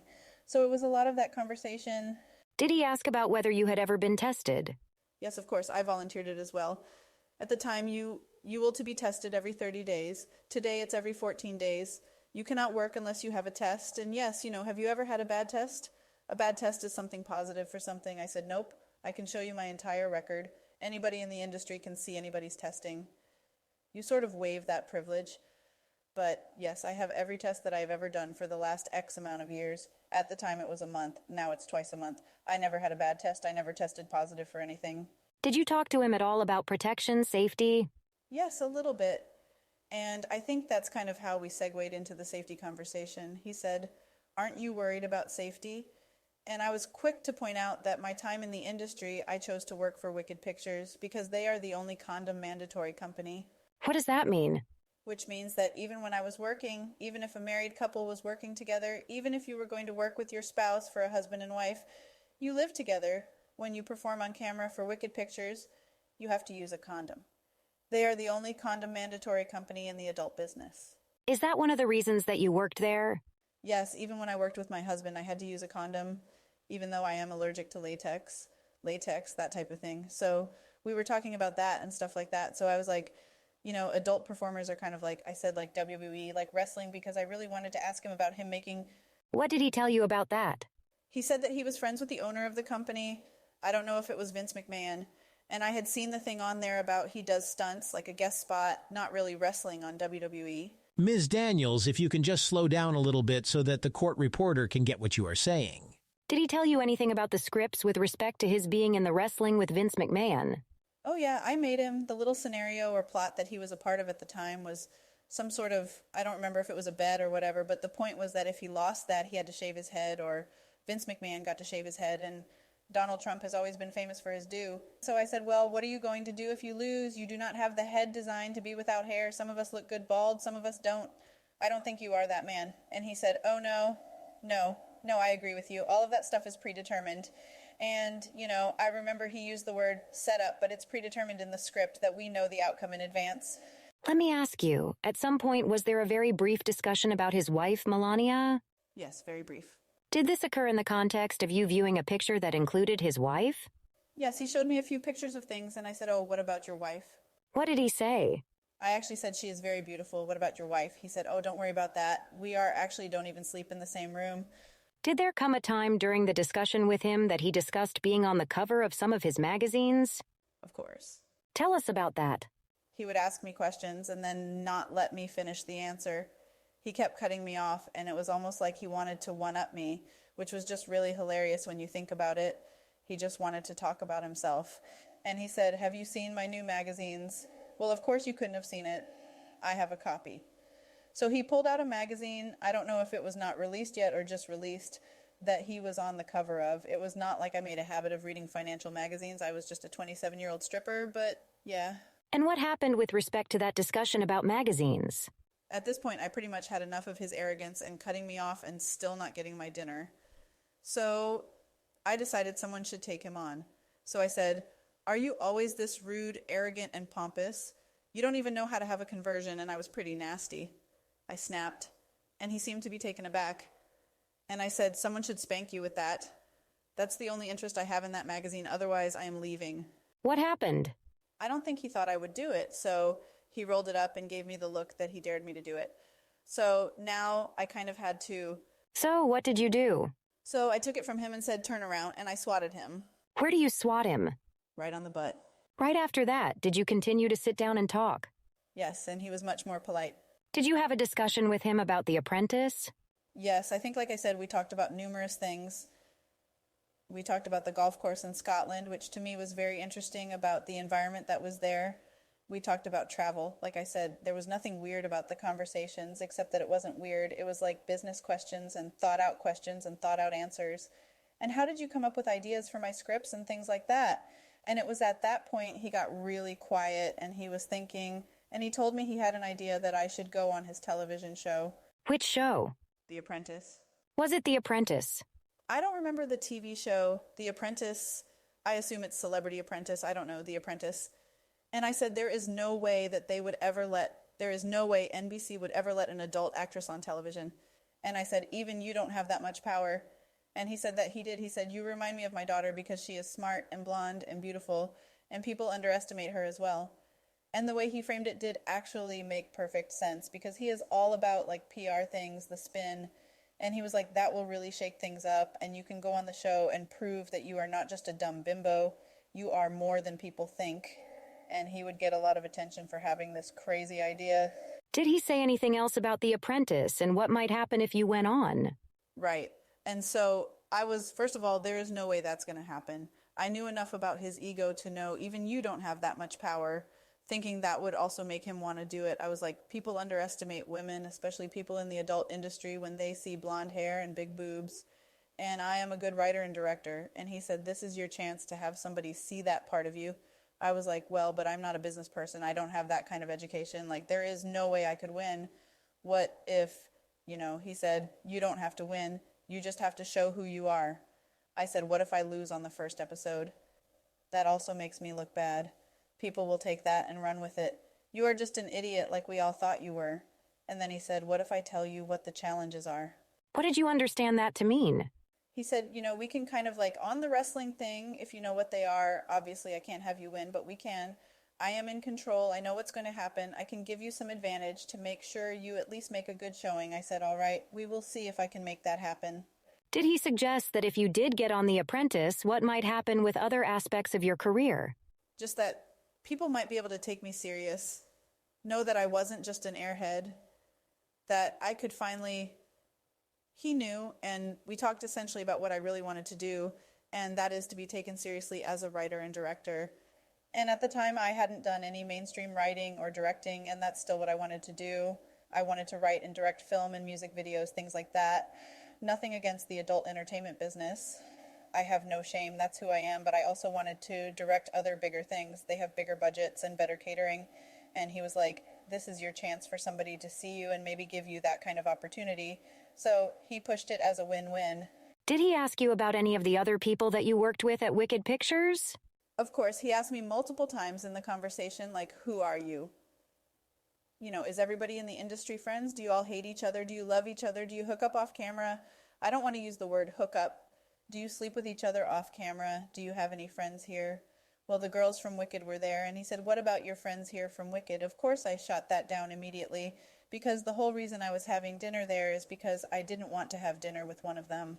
Did you call another colleague of yours during this conversation from Wicked? No, I didn't. Not from Wicked. I apologize. Did you call another friend of yours? Yes. Tell us about that. Yes, I bumped into a friend of mine that was in town. She was actually one of my neighbors as well. I had no idea that she was in Lake Tahoe. She was not there for the golf tournament. I literally walked into her while I was walking down the street with another girl from the industry getting a tattoo at a tattoo parlor. And as I was walking, she called my name. Her name is Alana, and she is who I bumped into on my way over there and the one I told I was on my way to see him. And I know she didn't believe me. So when he was like, do you know anybody else? I also had 2 reasons for calling Alana. One, because I am telling the truth. I am with Donald Trump. And 2, he asked me to call one of my friends, and I didn't want to call my colleague from Wicked. Did you end up calling your friend Alana from the hotel room? Yes. Did you put her on speaker? Yeah. What, if any, conversation did you and Mr. Trump have with Alana on speaker? He said hello, which meant that I won that bet. I know she didn't believe me, and they talked. And she said, what are you guys doing? And he said, we are just hanging out. Why don't you come over and hang out with us? And I can't remember what kind of excuse she made. She said, yeah, I will call you back in a little bit or whatever. She didn't. Time just kept going by. I called her and nothing. We didn't get a good. Called her a few more times and it went to voicemail. When you called her and had her on speakerphone, did Mr. Trump ask her to come over and join you as well? Yes. Approximately how long in total were you talking in the suite with Mr. Trump? Sitting, as you said, in the dining room type area. Well, close to 2 hours. It was a long time. Now, at that point, meaning after all of that discussion that you just described, did you sense any red flags or reason that you were concerned about being there? No. At some point, did you need to use the restroom? Yes. And did you tell... Is this a good time to take a break? Yes, it is, Judge. Let's take our morning recess. Please remember all of my instructions as you step out. All rise, whereupon the jurors are excused. Please be seated. You can step down. Whereupon the witness is excused. Please approach. Discussion is held at sidebar on the record. I understand that your client is upset at this point, but he is cursing audibly and he is shaking his head visually, and that's contemptuous. It has the potential to intimidate the witness, and the jury can see that. I will talk to him. So, I am speaking to you here at the bench because I don't want to embarrass him. I will talk to him. You need to speak to him. I won't tolerate that. I will talk to him. One time I noticed when Ms. Daniels was testifying about rolling up the magazine, and presumably smacking your client. And after that point, he shook his head and he looked down. And later, I think he was looking at you, Mr. Blanche. Later, when we were talking about The Apprentice, at that point, he again uttered a vulgarity and looked at you this time. Please talk to him at the break. Yes, I will. Case on trial continued. Just two things. Mr. Blanche, did you speak to your client? Yes, Your Honor. Ms. Hoffinger, I think the degree of detail that we're going into here is just unnecessary. We don't need to know the details of the conversations, what the suite looked like, or anything like that. When she comes back to the stand, you can move along more quickly. Okay. Let's get the witness. Witness entering courtroom. Welcome back, Ms. Daniels. Thank you. Let's get the jury. All rise, jury entering. Please be seated. All jurors are present and properly seated. Ms. Hoffinger. Thank you, Your Honor. Now, before we broke, Ms. Daniels, we were talking about the discussions you had in the hotel suite. Did there come a time that you needed to use the restroom? Yes. Can you tell us just about that? I had been there for quite a while. I drank a couple of bottles of water, which is all we were drinking. It was water, and I needed to use the ladies' room. So I asked if that was possible, so I was instructed to go through the living room and to the bedroom and to help myself to the facilities. When you say you were directed, who directed you? Mr. Trump? Can you describe, you said you went through a bedroom to get to the bathroom? Yes, I went out of the dining room area, through the living room, through a bedroom, into what I assume is the master bedroom. It was a very large, beautiful bathroom. What did you see inside the bathroom? So I walked through the bedroom. I did notice that the bed was unmade, but there were no personal items around, and I entered the bathroom. I went into the separate area where the toilet actually was and used the bathroom, came out and was washing my hands and touching up my lipstick. I did notice someone had obviously been using the restroom. There were towels and stuff that was open. There was a leather looking toiletry bag on the counter with products and stuff in it, which, What do you remember about what was inside? I did look. I'm not proud of it. I wondered what is in here. And I noticed the items were Old Spice and Pert Plus. I thought that was both amusing and odd. And a manicure set, which was gold tweezers and all gold things. I finished washing my hands and touched my makeup up. Then I walked out of the bathroom. Did you try to call anybody while you were inside the bathroom? Alina was not answering her phone. In fact, I wish I had a cell phone camera. If I did, I definitely would have taken a picture of that. I even thought, whoa, this is crazy. Did you try to call her while you were inside the bathroom? I believe so. Her phone was going straight to voicemail. At this point, she wanted no part of whatever I had going on. What happened when you left the bathroom? When I came out of the bathroom, I expected to exit, go around the bed, and back out to where we had been sitting and talking and hopefully say, okay, time to go. I have been here for a long time. That was actually when I realized how long I had been there. And when I opened the bathroom door to come out, Mr. Trump had come into the bedroom and was on the bed, basically between myself and the exit. What was he wearing at the time? His boxer shorts and t-shirt. What was your reaction to seeing him like that? At first, I was just startled, like jump scare. I wasn't expecting someone to be there, especially minus a lot of clothing. That's when I had that moment where I felt the room spin in slow motion. I felt the blood basically leave my hands and my feet, and almost like if you stand up too fast and everything kind of spinned, that happened too. Then I just thought, oh my God, what did I misread to get here? Because the intention was pretty clear. Somebody stripped down in their underwear and posing on the bed like waiting for you. What happened when you came out of the bathroom? Did he stay on the bed? When I exited, he was just up on the bed like this. What happened after that? And I went to step around. I laughed nervously and, tried to make a joke out of it and step around and leave, even though I was moving like I was in a funhouse slow motion. I thought to myself, great, I put myself in this bad situation. Like, what did I do? How did I misread everything? He stood up between me and the door, not in a threatening manner. He didn't come at me. He didn't rush at me. He didn't put his hands on me and nothing like that. I said, I gotta go. He said, I thought we were getting somewhere. We were talking, and I thought you were serious about what you wanted. You ever want to get out of that trailer park, basically? I was offended because I never lived in a trailer park. Sustained. Move along. I'm sorry, Judge. I don't understand. The objection is sustained.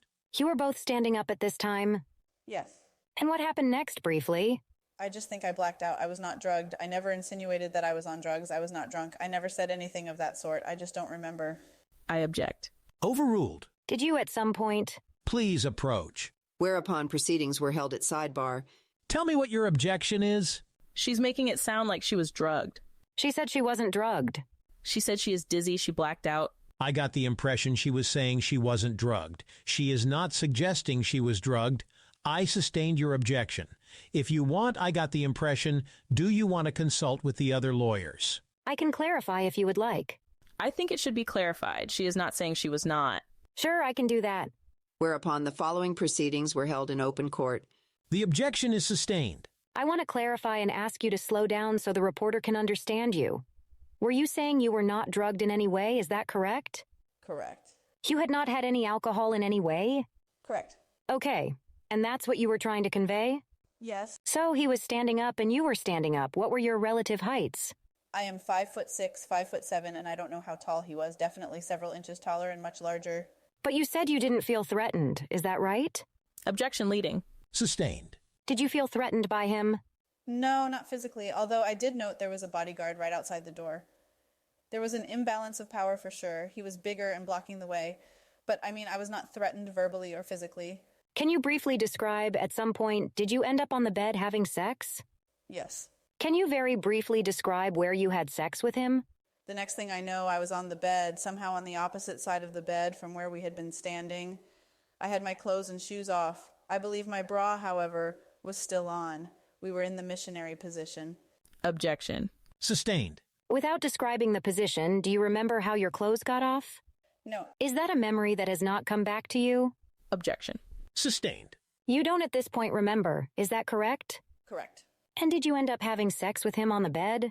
Yes. And do you know withdrawn? Do you have a recollection of feeling something unusual that you have a memory of? Objection. Sustained. What, if anything, do you remember anything other than the fact that you had sex on the bed?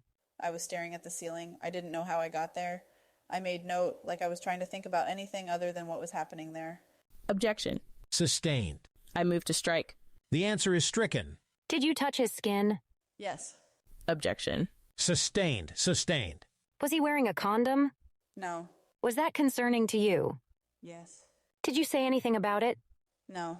Why not? I didn't say anything at all. Do you recall how it ended, the sex? Yes. Was it brief? Yes. Do you remember at some point getting dressed? Yes. And tell us what you recall about getting dressed. Sitting on end of the bed, noticing that it was completely dark outside now, and that it was really hard to get my shoes on. My hands were shaking so hard. I had on tiny little, they was strappy gold heels with little tiny buckles. My hands were shaking so hard. I was having a hard time getting dressed. He said, "Oh, great, let's get together again, honey bunch. We were great together." I just wanted to leave. Did you say no at any time during sex with him? No, Why not? because I didn't say anything at all. Did you notice afterwards a DVD on the side table? Yes, the DVD I had given him earlier in the gift bag from the show was on the nightstand that I signed. When you were leaving and you went to leave, what, if anything, did you do or say? He said, "We have to get together again soon," went to kiss me goodbye. I just left as fast as I could. That was it. Did he say anything to you about talking again? Yes, he said, "We should get together again. We were fantastic together. I want to get you on the show." And that was, he didn't give me anything. He didn't offer to pay me or anything, or a cell phone number or anything like that. Did he ask you to keep your encounter with him confidential? No. Did he express any concern at that point about his wife finding out? No. Did you end up having dinner in his room that night? No. You said it was dark out when you left? Yes. And do you recall how you got back to your hotel? It was a cab. After that night, did you tell anybody else about what happened? Yes. Just give us a sense of the people that you told and what you told them. I told very few people that we had actually had sex because I felt ashamed that I didn't stop it, that I didn't say no. A lot of people would just assume, they would make jokes out of it. I didn't think it was funny. I didn't want to hear about it or assume that I was paid a prostitute, which I wasn't. So I told very few people. I also didn't want it to get back to anybody that I was dating. Objection. Sustained. There are some details that you said you still don't remember. Yes.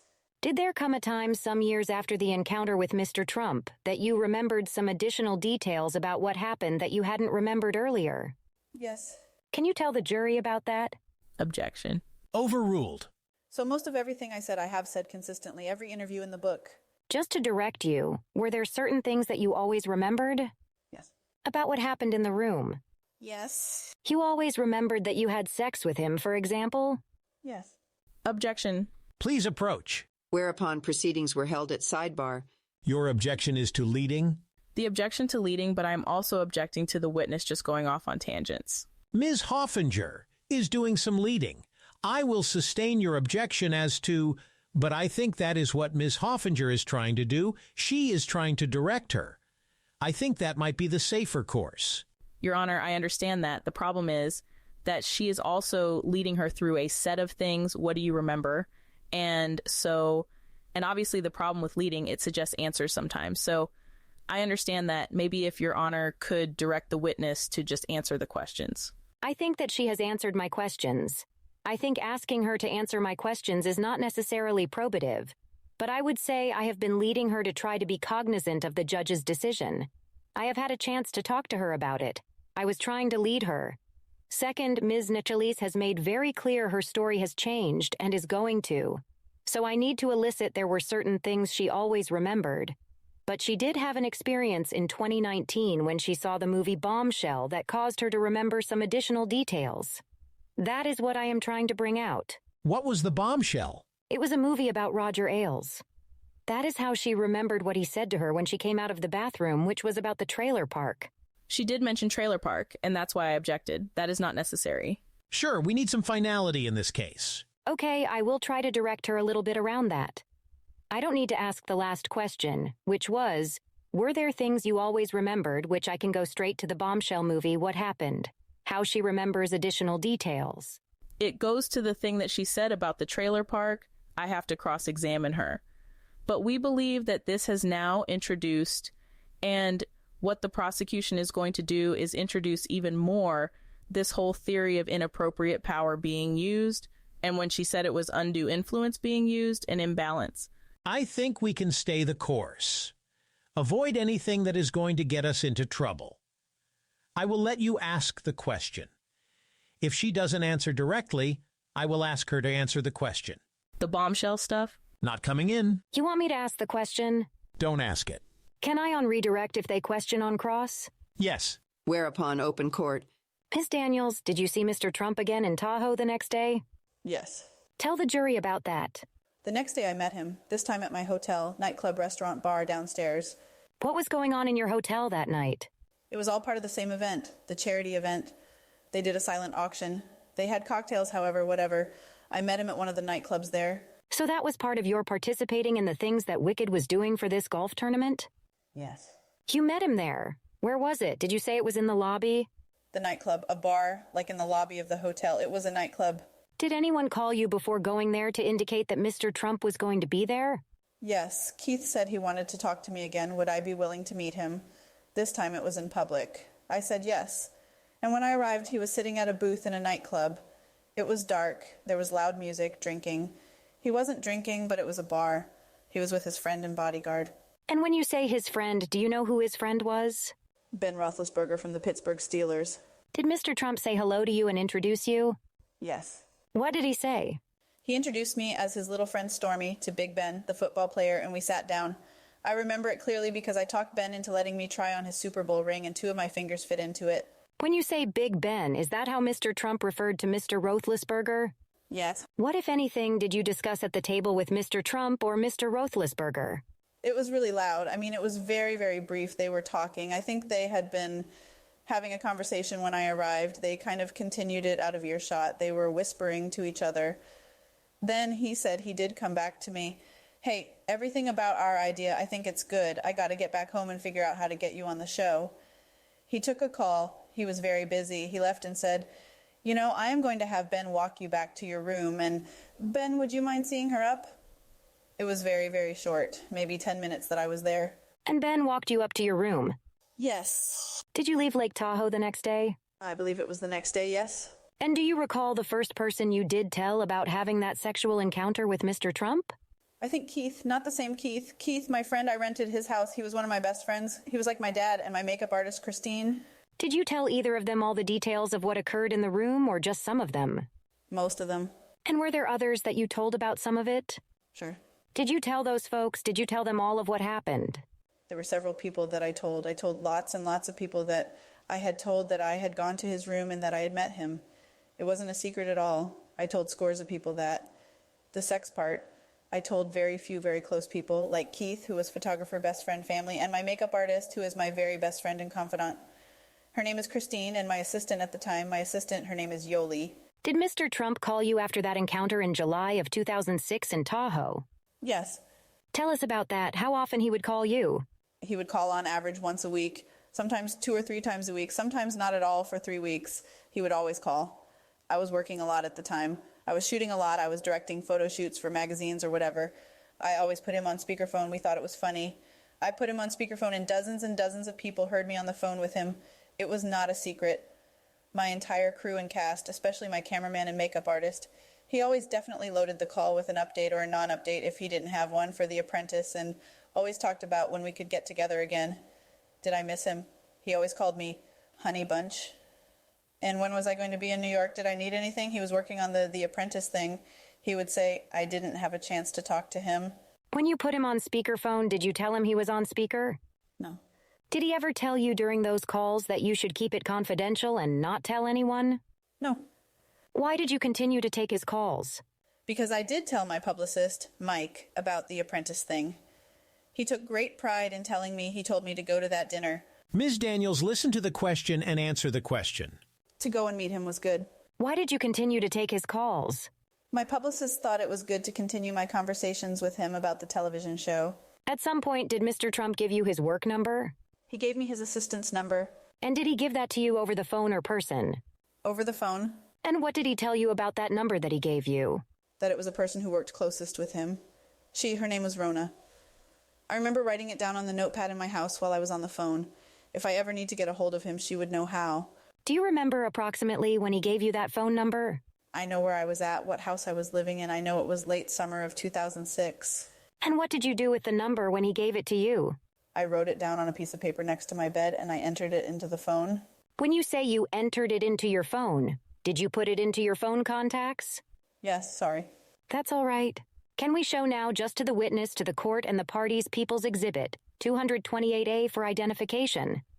Do you recognize that, Ms. Daniels? Yes. What do you recognize that to be? That is a picture of Rona's contact in my phone. And do you notice that the phone number is redacted to show only the last 4 digits of the number? Yes. Had you reviewed it and compared it to the original contact without that redaction? Yes. Are they exactly the same other than the redaction? Yes. Other than the redaction, is that an exact copy of the contact that you entered into your phone for Rona when you received it from Mr. Trump sometime in 2006? Yes, it is. I offer People's Exhibit 228A into evidence. Any objection? No objection. 228A is accepted into evidence. What did the contact read at the time? The name? Yes. D. Trump Rona. And why did you enter it that way, D. Trump Rona? Well, I didn't want to type Donald Trump, so I put Rona. The same thing, I didn't know her last name. So it's kind of like the Keith one. It's how I remember it, what it was for, and if I needed to get a hold of him, that's why his name was first. I needed to get a hold of a woman named Rona. You can take it down. Now please show what is in evidence as People's Exhibit 83. Actually, you can show it on all the screens. Thank you. Maybe we can blow it up. Do you see People's 83, a contact that says Stormy Daniels with a mobile phone number? Yes. Do you recognize those last 4 digits of the phone number there? I do. What are they? The last 4 digits of my phone. Have you previously reviewed that exhibit without the redactions? Yes. And can you confirm that what is redacted is the rest your cell phone number? Yes, it is. Do you still have the same telephone number that you did back in 2006 and 2007? Yes. Thank you. You can take it down. Want to direct your attention to January 17th or so, 2007. Did you meet with Mr. Trump at the launch of his Trump vodka brand at a location in Hollywood, California called Les Deux? Yes. How did that come about? I guess he was having a party for his vodka release party. He reached out and asked me if I would attend. Did you agree to go? Yes. Why did you agree to go? For the same reason, I wanted to maintain that sort of relationship because the celebrity, the chance to be on The Apprentice was still up in the air, and it would have been a great thing. It would have been great for my career, especially when it was framed as being a writer and director. It was a public event. Objection. Sustained. Move to strike. Ms. Daniels, please keep the answer short. Listen to the question and answer the question. The objection is overruled. Thank you. Did you go alone or with others? I went with 2 friends. What were the first names of the two friends that went with you? Just first names? Yes. Tara and Evan. Were the two of them, Tara and Evan, among the friends who you had told about some of the details about what had occurred with Mr. Trump? Some of the details, yes. When you saw, did you meet up with Mr. Trump when you got there? Yes, I rode there with my friend, and we immediately walked the red carpet and went to his VIP booth. Did you meet him at the VIP booth? Yes. How did he greet you? He leaned over and gave me a kiss and shook my friend's hands. Were there other people around when he greeted you? Of course, there were hundreds of people there. Did he appear to be concerned about meeting you there or greeting you? No. Did he introduce you to anybody memorable when you were there? A few people. One of them was his friend Karen. Did you know Karen's last name? Not at the time. Do you know her last name now? Yes. What is it? McDougal. Did you know who she was at the time? I did not. Now, did you introduce your friends to Mr. Trump as well? Yes, I did. About how long were you there? Between an hour and a half and 2 hours. And did he ask you to see him again? Yes. He spent most of the time talking to my friend. Every time I came over, he asked me if I would go back with him that night. What did you tell him? I lied to him and said that I lied to him and said we were flying out on a girls' trip out of LAX that night. Let me direct your attention to a few months later, about March of 2007. Did you visit with Mr. Trump at Trump Tower at about that time? Yes. How did that come about? He said if I was ever in New York that I should stop by and we should get together. I should see Trump Tower. We could have a meeting about the show. I was here on unrelated business. I was working. I was dancing at a club, and I hit him up. I thought it would be great if I could get him to come to the club and see me. But he, instead, invited me to his office building. And the same thing, I reached out to Rona as instructed, and my assistant and I went to Trump Tower to meet with him. You said you asked him to come to the show where you were going to be performing. Right. Why did do that? It was a public place, lots of witnesses. Objection, Your Honor. Sustained. Was there a reason you thought it would be good for the club if he showed up? It would be good for the club and safer. Objection and move to strike. Sustained. The answer is stricken. What happened when you got to Trump Tower? Like when I walked in, Yes. I was greeted warmly. I was expected. They were expecting me. And I went up to his office to greet him. My assistant and I, she was with me. Did you meet his assistant, Rona, in the reception area upstairs? Yes. And were you ushered into his office with your assistant? Yes. And did you have a discussion in there with Mr. Trump? Yes. And just generally, what was the discussion? It was very brief. He was very busy. People were in and out. He introduced me to a couple of other people when I was there, and he was in a meeting with somebody when I got there. Then he had another meeting come. It was a gentleman with an accent. It was very sort of rushed. At one point, he did step out and leave us in the office. We took selfies. He said, "I don't have a lot of time. I wanted you to stop by. I wanted to say hi." It was always, "I am still working on the apprentice thing. It got pushed back. I got it," that kind of thing. It was always very, very brief. Did he also end up inviting you to another event? He invited, well, okay, my assistant loved beauty pageants. He was sort of in the midst of dealing with his upcoming pageant. He offered us tickets if we wanted to go. Did he arrange for tickets for you to go? Yes, he did. Did you end up going to the Miss USA pageant with your assistant? Yes, at his invitation. You said it was very brief at Trump Tower. Yes. Did he appear to be concerned about anybody seeing you at Trump Tower? Oh, no, he introduced me to everybody. He just seemed busy. Let me direct your attention now to the Miss USA pageant. How did you end up getting into the pageant? It was in California. It was in Hollywood. And he left tickets under my name at will call for my assistant and T. Was he there at the time? He was there, but I didn't see him, or I didn't speak to him. I saw him on stage. Did you speak to him after the pageant? A few times. Now, after the Miss USA pageant, sometime around the summer of 2007, did you meet with him again in LA? Yes.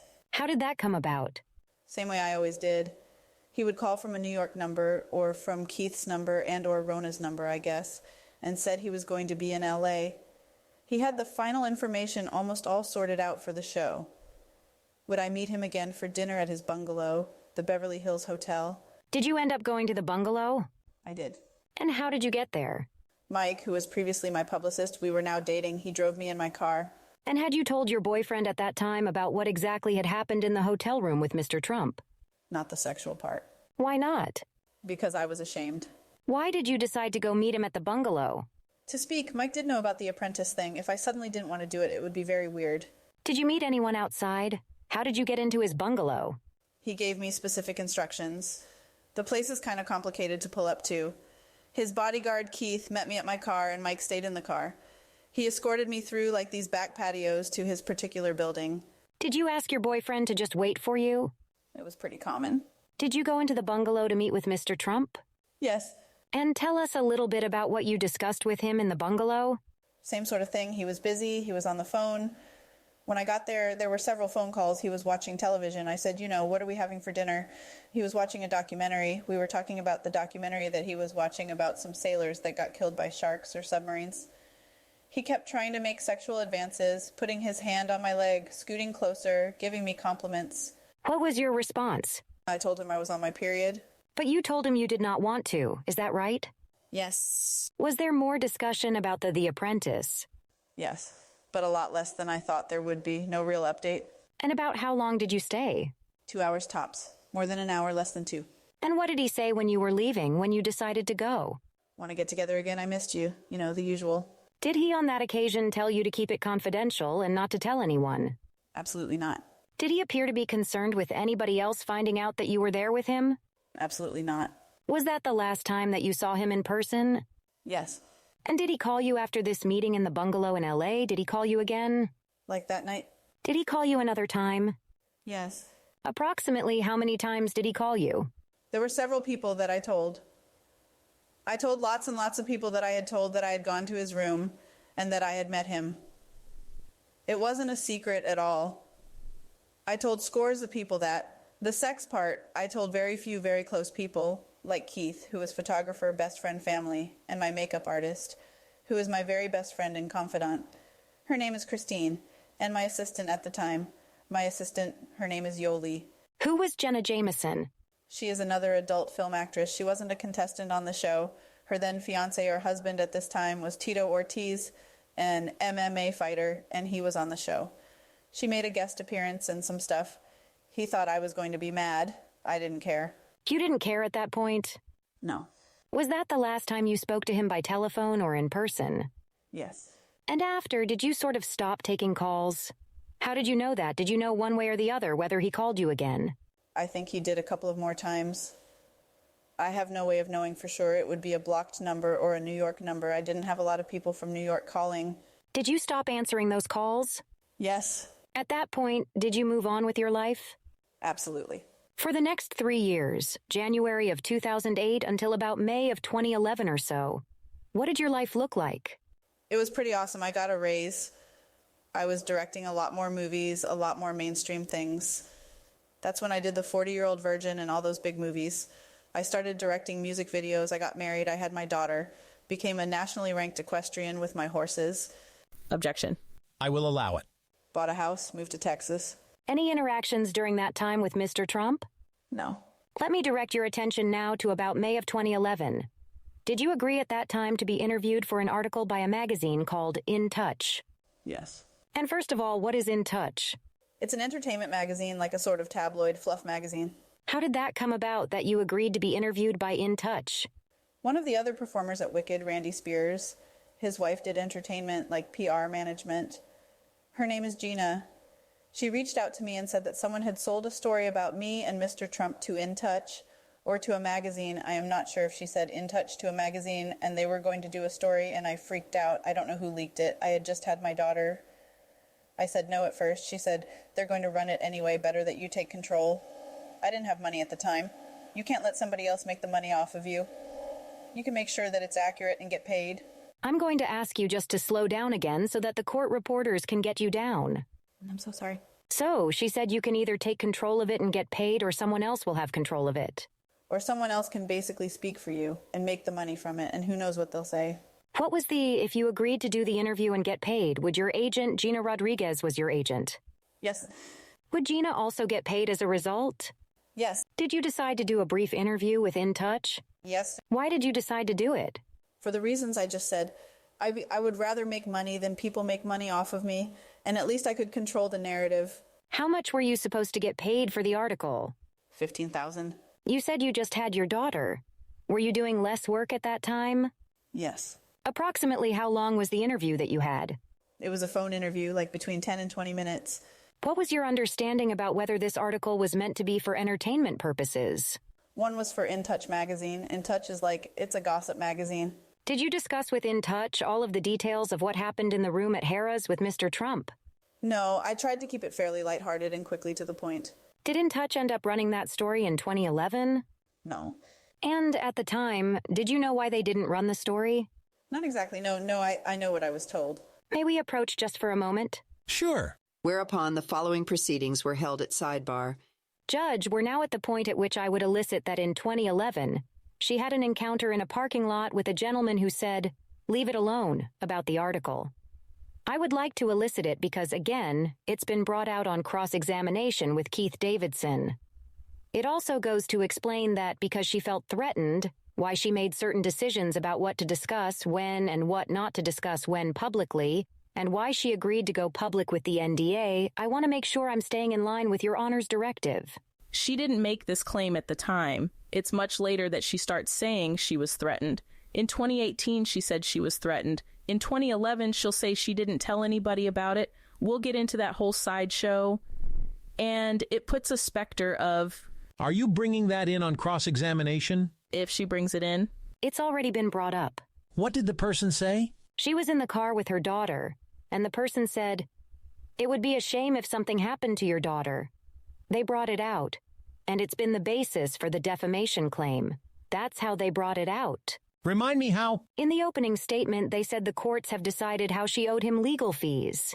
Michael Avenatti, in 2018, released a sketch of a man in the car who threatened her. Mr. Trump said, "It's a con job." Mr. Avenatti said it was not. Mr. Avenatti said it was defamation. The court said it was hyperbole and not defamation. Mr. Trump, as a result, was awarded legal fees. They brought it out on cross-examination. I don't want to leave it to their cross-examination. We're going into the fact that she owes money to Trump and she hasn't paid it. I do recall you bringing that out. We were going on the fact... The jury now is wondering, why? What is she talking about? Why did this happen? I think the jury is entitled to know what led up to that, which you introduced. I'll do it briefly. Very briefly. Whereupon the following proceedings were held in open court. Ms. Daniels, some weeks after you were interviewed by In Touch, did you have an experience in about June of 2011 with an encounter in a parking lot in Las Vegas? Yes, I did. Will you tell the jury just briefly what happened? My daughter, who was an infant at the time, my daughter and I went to postpartum, like a workout for a mommy and me workout thing. And I was approached by a man in the parking lot in Las Vegas, in the center of a shopping center that the class was located in. And I thought he was the father or the husband of one of the other women in the class. And he approached me and said that he threatened me not to continue to tell my story. When you say to continue to tell your story, about who? About my encounter with Mr. Trump. Did you tell the police at the time? No. Why not? Because he told me not to say anything at all. And I was scared. And I didn't want more of the story coming out. My daughter's father also was struggling with his own personal issues at the time. So, did you tell your boyfriend at the time? No. About the encounter? No. That's because you were concerned about him? Objection to leading. Sustained. Why did you not tell him? He was struggling mentally with some postpartum stuff with our daughter and his alcoholism. And I had never told him about the fact that I'd had sex with Trump. So for me to tell him then, at that moment, when his whole world was exploding, would have just not been good at all on any level. Now, let me direct your attention to about October of 2011. Did you become aware at around that time that an article had come out and been posted online about your encounter with Mr. Trump on a site called the Dirty.com? Yes, Gina called and told me. Would that be Gina Rodriguez? Yes. Can you just tell the jury what is the Dirty.com, first? It is not a site that I look at, so I'm not entirely sure. But it is the online equivalent to a tabloid. Gossip site. Trash site. You said Gina Rodriguez told you there was something up on the Dirty.com? Yes, she called and told me about it. I think she might have sent me a link, and I looked at it. It's not a site I looked at the time. Celebrity gossip site. Did you provide information to that site? No, I never even heard of that site at that time. Were you concerned about it being up at the time? Yes. Why were you concerned? Because I had been threatened, and I didn't want the person who threatened me and my baby thinking I had done it. At that point, did you want it taken down? Absolutely. What, if anything, did Gina, your agent? Well... Hold up, say about being able to take it down. I remember I was freaking out and crying and hyperventilating and asked her what I should do, and she asked me for permission to have her attorney remove it for me. Did she tell you the name of her attorney at the time? Keith Davidson. Did you tell her that, yes, you would be happy for her attorney to try to take it down? Absolutely. Was he, in fact, successful in doing that? I assume so because it came down. Now, I'd like to direct your attention now to 2015. Were you aware at some point that Mr. Trump announced that he was running for president? Yes. And sometime after he announced that he was running for president, did someone reach out to you again about telling your account of what happened with Mr. Trump? Yes. Who was that? Well, lots of people did. Did Gina Rodriguez reach out to you? Yes. What did she suggest that she could do? That she could sell the story again. And did she suggest that in terms of selling the story, that money could be paid to do this? Of course, that's the reason to sell it. Did she say that she could make money as well? Yes, of course. Did there come a time that you had a conversation with a friend of yours who was also an attorney? Yes. About whether you should publicly tell your story? Objection, Your Honor. Sustained. Without telling us the substance, withdrawn. Did you have a conversation with a friend of yours who is an attorney? Lots, yes. And this particular friend who you had a discussion with, were you seeking legal advice from him? No, I was just having lunch with him. And did you decide, based on a conversation with him, about what you should do about getting the details of your story out? Yes, I do remember asking him what he thought about the Gina situation because I had been threatened. And he said that he thought it was really a really good idea, that he was concerned about my safety. Objection, Your Honor. Sustained. Move to strike. Stricken. Did your conversation with him guide your decision to have your story documented or out there in some way? Yes, he helped me set up a press conference that we didn't end up doing. Did your conversation with him and what happened to you in the parking lot in Las Vegas in 2011 guide your decision about telling your story as a way to make sure that it was documented and out there? Yes. And did you have an understanding at that time or belief that by doing that it would keep you safer in some way? Objection, Your Honor. Sustained. Well, did it guide your decision in general about what to do? Absolutely. Did you decide to let Gina try to sell your story to some news outlets? Yes. Do you recall in early October of 2016 the Access Hollywood tape coming out publicly? Yeah. You know what that is? You're aware of what that is? Yes, Gina had actually told me about it. Before the Access Hollywood tape came out, was Gina trying to sell your story to news outlets? Yes. Was she successful in doing so before that Access Hollywood tape came out? No. Now, after the Access Hollywood tape came out, did Gina have some conversations with you about her ability to try to sell the story after it came out? Yes. What in substance did she tell you? In a nutshell. Objection, Your Honor. Sustained. Did you continue to agree at that time that she could sell your story to news outlets? Yes, I told her she could keep trying. More people were calling. What you described for the jury previously about your encounter with Mr. Trump in the hotel room, your seeing him on a number of other occasions, the telephone calls from Mr. Trump to you, is that generally what you would have described to the news outlets at that time in October of 2016, if you had been thoroughly interviewed? Objection. Sustained. At that point, in October of 2016, was Gina's focus and your focus on selling the story to the news outlets? Yes. Did you have any intention of approaching either Mr. Trump or Micheal Cohen, his attorney, to have them pay for your story? No, my motivation wasn't money. It's to get the story out. That was, in part, guided by your experience in 2011 and your conversations with. It was motivated out of fear, not money. Did there come a time that you learned, in approximately October of 2016, that Donald Trump and Micheal Cohen were interested in buying the rights to your account? Yes. And how did you learn that? Gina told me. And approximately when was that Gina told you that there was interest there in paying for your story? In October. May at the earliest, latest September, but it was October, I believe. Yeah, October. And it was after release of the Access Hollywood tape. Yes. Now, who did you understand when Gina told you that? Who did you understand that Micheal Cohen was representing at the time? Donald Trump. And did you understand at the time that they would pay for your story, for you not to release it publicly? Yes. Objection to the leading, Your Honor. Sustained as to leading. What did you understand they were interested in paying you for? They were interested in paying for the story, which was the best thing that could happen because then my husband wouldn't find out. But there was still a documentation of a money exchange and a paperwork exchange so that I would be safe and the story wouldn't come out. Objection, Your Honor. Overruled. Did you Were you told by Ms. Rodriguez how much in total would be paid from Donald Trump and Micheal Cohen to purchase the rights to your story? $130,000. And how did you feel about that $130,000 at the time? Didn't care. I didn't care about the amount. It was just to get it done. Were you happy? Of course. Well, of course. It's money, but the number didn't matter to me, and I didn't pick the number. And did you negotiate that number at all? No. Why didn't you ask for more money?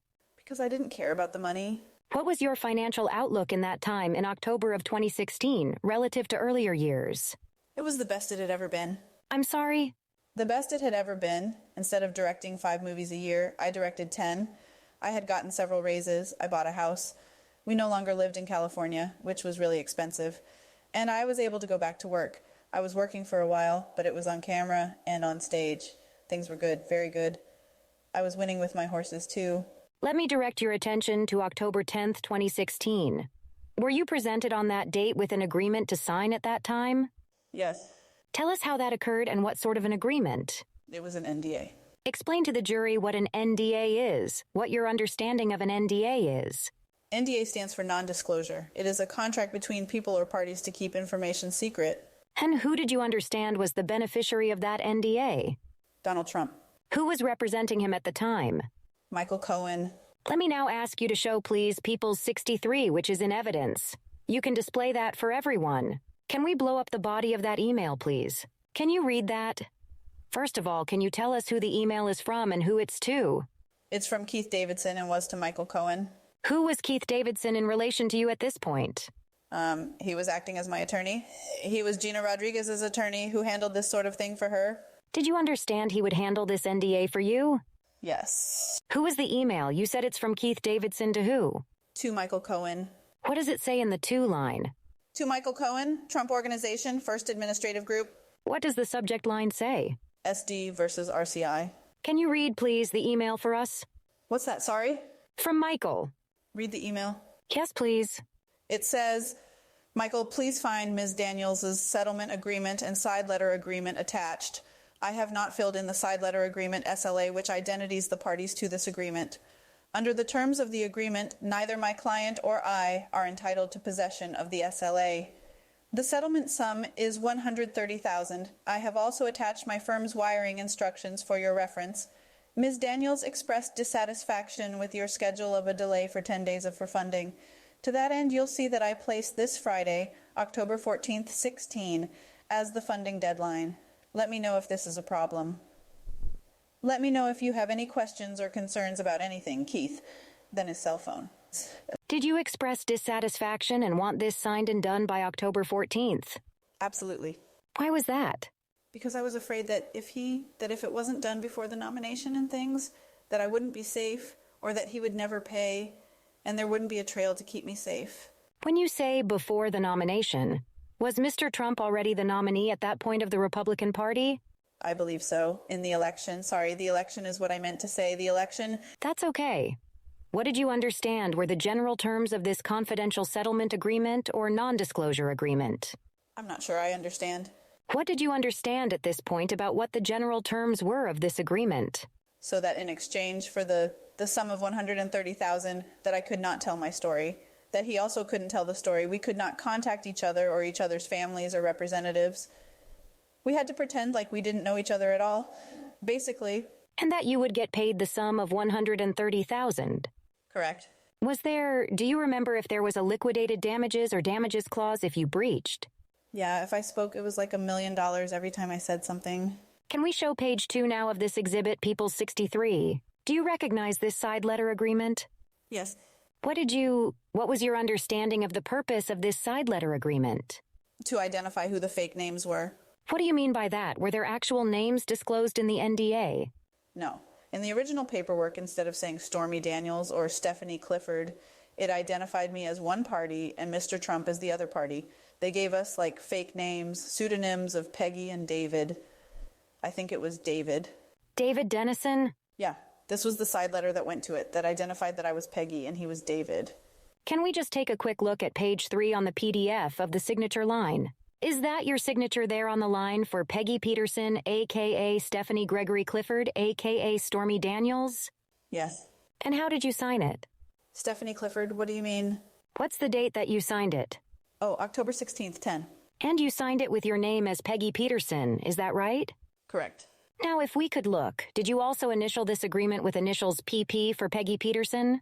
Yes. Let's look at the settlement agreement, page 1, which I believe is page 4 on the PDF.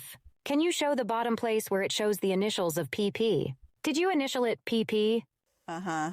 As far as you recall, did you initial various pages as Peggy Peterson? Yes. Can we take a look at page 10 of the PDF where there's a list of names? This is page 10 of the settlement agreement. Do you see a list of names there? Yes. What were those list of names? Did you write in those list of names? I did. Why did you write them in? Because I was asked to write down names of people who knew all the details. Those were some of the people that you told? Yes. Can we look also at page 15, please, of the agreement, which is page 18 in the PDF? Can we blow up the signature, please? This is the non-disclosure agreement or the settlement agreement. And did you sign it? Yes. What did you sign it as? Peggy Peterson. And why did you not put your real name there? Because I was instructed not to, that we were using pseudonyms. After you signed the agreement, the side letter agreement, and the settlement agreement, otherwise known as a non-disclosure agreement, did Gina Rodriguez generally just keep you updated on the progress of the deal? Yes. And did you get paid the $130,000 on October 14th, 2016, as was disclosed in that email? No, it was late. What did you understand about the reason for the delay? What was happening? I didn't know why it was late. He just kept making excuses. And what is your understanding about who kept making excuses? Micheal Cohen to Keith Davidson because of Trump to Cohen and Cohen to Davidson. That was your understanding? Yes. Because you understood Micheal Cohen represented Mr. Trump? Correct. Were you concerned about why these excuses were being made and there was a delay in the payment? Yes. What was your concern? Well, I mean, obviously that sum of money shouldn't matter, so it wasn't a financial delay. So it made me more concerned that something bad was going to happen and that if it wasn't done before the election, that it was not ever going to happen because he got whatever he wanted. And it goes all the way back to me not being safe. Let me direct your attention now. Judge, would you like to break soon or would you like me to continue? Is this a good breaking point? Certainly. Jurors, we will take a lunch recess. I remind you of all my instructions, including not to discuss this case either amongst yourselves or with anyone else. Continue to keep an open mind as to the defendant's guilt or innocence. Please do not form or express an opinion as to the defendant's guilt or innocence. Let's get started at 2 o'clock. All rise, whereupon the jurors and the alternate jurors are excused. You may step down. Whereupon the witness is excused. Is there anything that we need to discuss at this time? No, Your Honor. No. I'm going to hand up a copy of the stipulation that was entered into evidence the other day to be marked as a court exhibit. Thank you. Enjoy your lunch. Whereupon a luncheon recess is taken. Good afternoon. Thank you, Your Honor. If I could have a second, Mr. Blanche. Pardon me? If I could just have 1 second, Mr. Blanche. Oh, Your Honor, I'm sorry. Just for the record, my chambers reached out to the People and Defense Counsel to ask if Defense Counsel wanted a limiting instruction on the encounter that took place in the parking lot where Ms. Daniels claims that someone had threatened her. I will not give a limiting instruction unless the defense requests it. And even then, I would ask the two sides to see if you can agree on a proposed limiting instruction. I realize that you haven't had a lot of time to work on that, but I also received your email that you wanted to make an application. Please go ahead. Yes, Your Honor, thank you. We move for a mistrial based on the testimony this morning. Your Honor, there are a couple of different reasons, but what's clear is that the court set guardrails for this testimony. And the guardrails by this witness, answering questions from the government, were just thrown to the side. And there is no way to unring the bell, in our view, and that the testimony that came in was so unduly and inappropriately prejudicial to President Trump, and the actual charges that are at issue in this case, that there is no remedy that we can fashion, or we believe the court can fashion to unring this bell. I mean, the testimony, Your Honor, about the alleged incident back in 2006, a lot of the testimony that this witness talked about today is way different than the story that she was peddling in 2016, Your Honor, which is, from my understanding of what the ADA said this morning, the only reason why this evidence is even admissible, right, is to talk about the information that was supposedly kept from the voters in 2016. There was testimony today about being blacked out about not wearing a condom, which was after there was testimony from her employer that you had to wear a condom, that there was always that there was always a condom worn, the height of the two individuals, the fact that, the things like the spacing in the room, the fact that there is a bodyguard outside the room, the power dynamics. She testified the question was, do you want out of the trailer park? And all of this has nothing to do with this case. And it's extraordinarily prejudicial, and it's something that is the only reason why the government asked those questions, aside from pure embarrassment, is to inflame this jury to not look at the evidence that matters, but to just hear from this witness. And on top of that, Your Honor, even after the incident, there was testimony about a second alleged sexual advance sometime later on, totally irrelevant to this case. And there's no reason that should have been elicited, Your Honor. Again, we don't even know that that's coming, because we don't get notes of what this witness has said in prep. The last one we got was from last year, Your Honor. She testified that there was communications with President Trump afterwards, and that she thought something bad was going to happen, and that she was worried about not being safe. She then repeatedly testified about purported alleged meetings with President Trump, and with every single one she qualified that it was in an open place, in a public place. What's the jury to do with that? And for many of those you sustained objections to, Judge, and that is true, but it was said repeatedly, and the jury hears it. And I'm sure that the transcript will say, objection sustained by Your Honor, but it's still extraordinarily prejudicial to insert safety and safety concerns into a trial about business records. And, I know Your Honor knows this, but this is exactly what President Trump was, what we raised with the court, seeking an adjournment based upon Ms. Daniels' changed testimony. For years, including up to 2016, which is when she was peddling this story, she talked about a consensual encounter with President Trump that she was trying to sell. That's what Mr. Davidson talked about. That's purportedly what Mr. Cohen was told, and that's not the story that we heard today. We heard a completely different story, and the reason why that matters is because, of course, we are going to cross-examine her on the fact that her story has changed. And I'm sure the government will then say, we've opened the door, and then they can then go ahead and ask even more questions about what she wants to say about what happened in 2006. But it's so prejudicial in a case about an NDA, and whether there were false records placed on the Trump Organization's books in 2017. And, I think Your Honor knew that this was an issue by setting up guardrails along the way in this morning, but now we've heard it, and it is an issue, and it's not how can you unring the bell. And we are going to cross-examine her shortly, presumably, and talk about and then elicit the fact that she denied twice. There were articles that said that she denied it, that she denied this took place, but that's not really the issue. I mean, that's going to be the cross. The issue is she has testified today about consent, about danger. That's not the point of this case. That's not the point of her testimony, and that's not what she was peddling. Not what she was peddling. That's not the story that she was selling in 2016, and now we're here. I mean, the least of which is the fact that just over lunch, people are already reporting, everybody is reporting that she's suggesting consent. Again, that's a new fact, and it's extraordinarily prejudicial. And the mere fact that she says there was consent after saying she blacked out, doesn't remember anything. They only had water, but she doesn't remember anything. This is the kind of testimony that makes it impossible to come back from. I mean, not even talking about the fact that we are talking about somebody who is going to go out and campaign this afternoon, and how unfair it is in that environment as well. But the government must have known this was coming out, and it's just, we sit here listening to it, and we objected to it the best that we could. But, this has nothing to do with the reason why we're here, Your Honor. And even the limited fact that she signed the NDA, the limited fact that she was selling this story over the years, including at the time of the election, that's not what we heard today. That's not how the evidence came in from this witness. Of course, Your Honor cut her off several times, but there was so much, and we haven't looked at the transcript to give all of the examples, and we are happy to do so if that's helpful.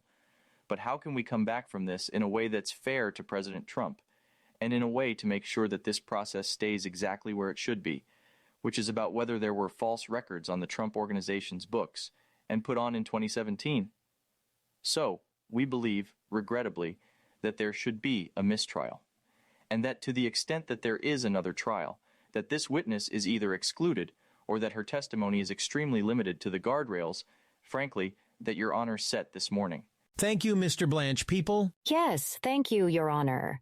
Again, I would just note this was fully briefed by the defense in their motions in limine, and Your Honor did not put any guardrails on her testimony.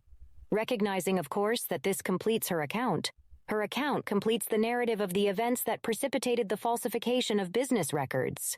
And this story, Your Honor, her account is highly probative of the defendant's intent, his intent and his motive in paying this off, and making sure that the American public did not hear this before the election. It is precisely what the defendant did not want to become public. I will say, without getting into too many details, that Mr. Blanche's recitation of the fact that this is entirely new is not true. I will say that, and I'm sure that he knows this, that the account and things like the fact that a condom was not used has been out there for a very, very long time. This is not new. This is not a new account. Now, there were certain details that I told Your Honor that she remembered after a movie in 2019, and I was going to elicit that. You asked me not to, and I did not. But you know, the other thing is, Judge, they opened the door to this. So the 2011 threat to her was opened on not only in their opening when they talked about legal fees and that she was changing, coming up with this story because she's an opportunist, out to make money and that she owes Mr. Trump legal fees. So they opened the door. That's the subject of the defamation case. Second, they specifically put in an exhibit which was admitted in evidence through Keith Davidson's testimony, where they referenced this threat in 2011, saying that it was not true. And so it was incumbent upon us to bring out those details in her direct, again, to rehabilitate credibility where they attacked it both during Keith Davidson's testimony and on opening. So, Your Honor, we were extremely mindful of not eliciting too much testimony about the actual act. We did it initially before Your Honor even asked us to carve it back. Additionally, so there were details that were left out based on the court's instructions at the bench. They were additional details that were not brought out. But, Your Honor, this, stating that this is an entirely new story, is not accurate. And I'm certain that when they cross-examine Ms. Daniels, some of this will come out and some of this will come out on redirect. And I know that Your Honor has mentioned that you will allow me to elicit some of it on redirect in terms of what issues came up publicly and what details were remembered at different times based on different things. But they opened the door to the threat in 2011. And now Your Honor has asked us to discuss a limiting instruction on that, and we can certainly do that. We have written one that we have written up quickly that we can discuss with defense counsel, if they would like that. But Your Honor, this goes directly to her credibility, which they attacked, and while I'm sure will continue to attack, they opened the door in their opening, they opened the door in Keith Davidson's testimony, and these are not all new details. But at the end of the day, Your Honor, this is what defendant was trying to hide. And in terms of the payoff in 2016 before the election, this is an exhibit, if you would, of what they were trying, what Mr. Trump wanted to make sure didn't get disclosed. We have carved back details. We have been mindful of Your Honor's decision, and we have carved it back even before them. So I don't think there is any basis for a mistrial, Your Honor. Thank you. Just briefly, Your Honor, that misses the point, a little bit of our argument. The point of the argument is that the reason why this evidence, in theory, is admissible over our objection is because these, in theory, are the facts which was presented to Mr. Davidson and Mr. Cohen so that they could evaluate whether they could enter into an NDA, and supposedly the fact and the details that were going to be kept from the American people in 2016. That's the theory for this evidence coming in. The problem is that isn't what came in. And so what came in is this extraordinarily prejudicial testimony that has changed over time. And we can't fix that except to cross-examine her.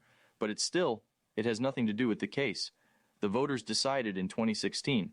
The people are going to make a lot of that in their summation, I expect.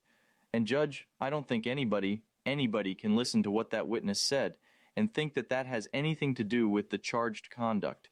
And it's the kind of testimony that's so prejudicial that you run the very high risk of the jury not being able to focus on the evidence that actually does matter. Your Honor, may I just add one thing? Mr. Blanche mentioned about the threat and so on. She testified about it directly that she was not threatened either physically or verbally by Mr. Trump. We made sure to elicit that.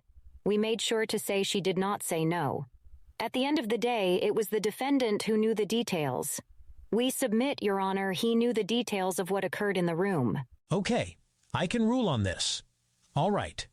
As a threshold matter, Mr. Blanche, I agree that there were some things that would probably have been better left unsaid.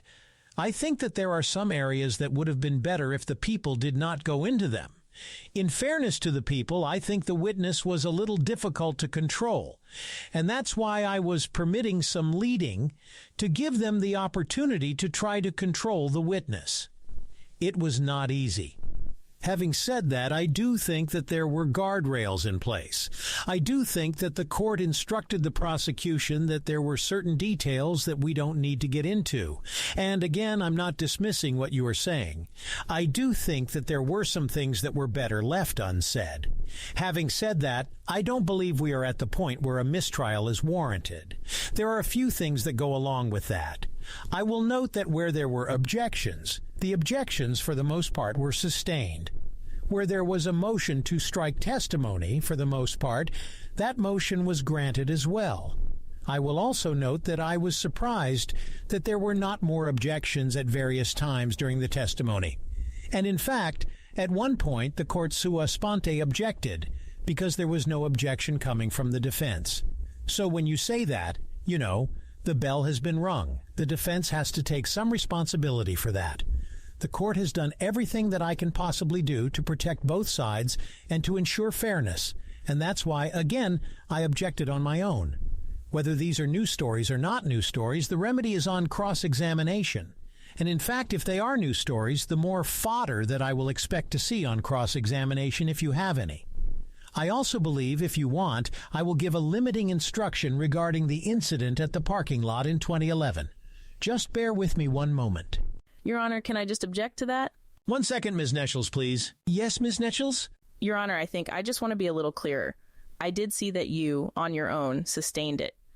But we had moved beforehand to try to limit all this, and Your Honor had ruled that it could come in, and I didn't want to keep saying objection.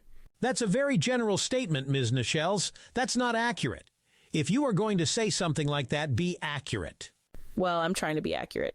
For example, I sustained a request that the people not be permitted to go into, or what was it, the Roger Ailes, is that his name, I agreed with you that that would be extremely prejudicial, and I didn't want them to go into that.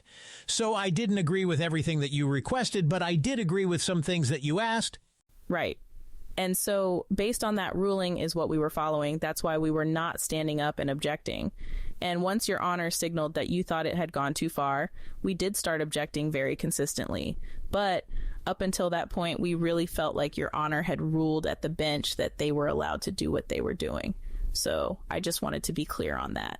Well, we have to agree to disagree on that. I think that I said multiple times to you and to the prosecution that we were going into way too much details. We were going into much more than we needed to. It wasn't necessary. I still believe that it wasn't necessary. Having said that, though, I don't think that we have reached a point where a mistrial is in order. I believe that a limiting instruction as to that incident in 2011 will cure that issue, and I believe that you have a remedy of cross-examination. And as I said before, the more times the story has been changed, the more fodder for cross-examination that you have. So I'm going to deny your motion for a mistrial at this time. Anything else? Do you want to discuss a limiting instruction now? Defense counsel confer. Can we approach? Sure. At sidebar.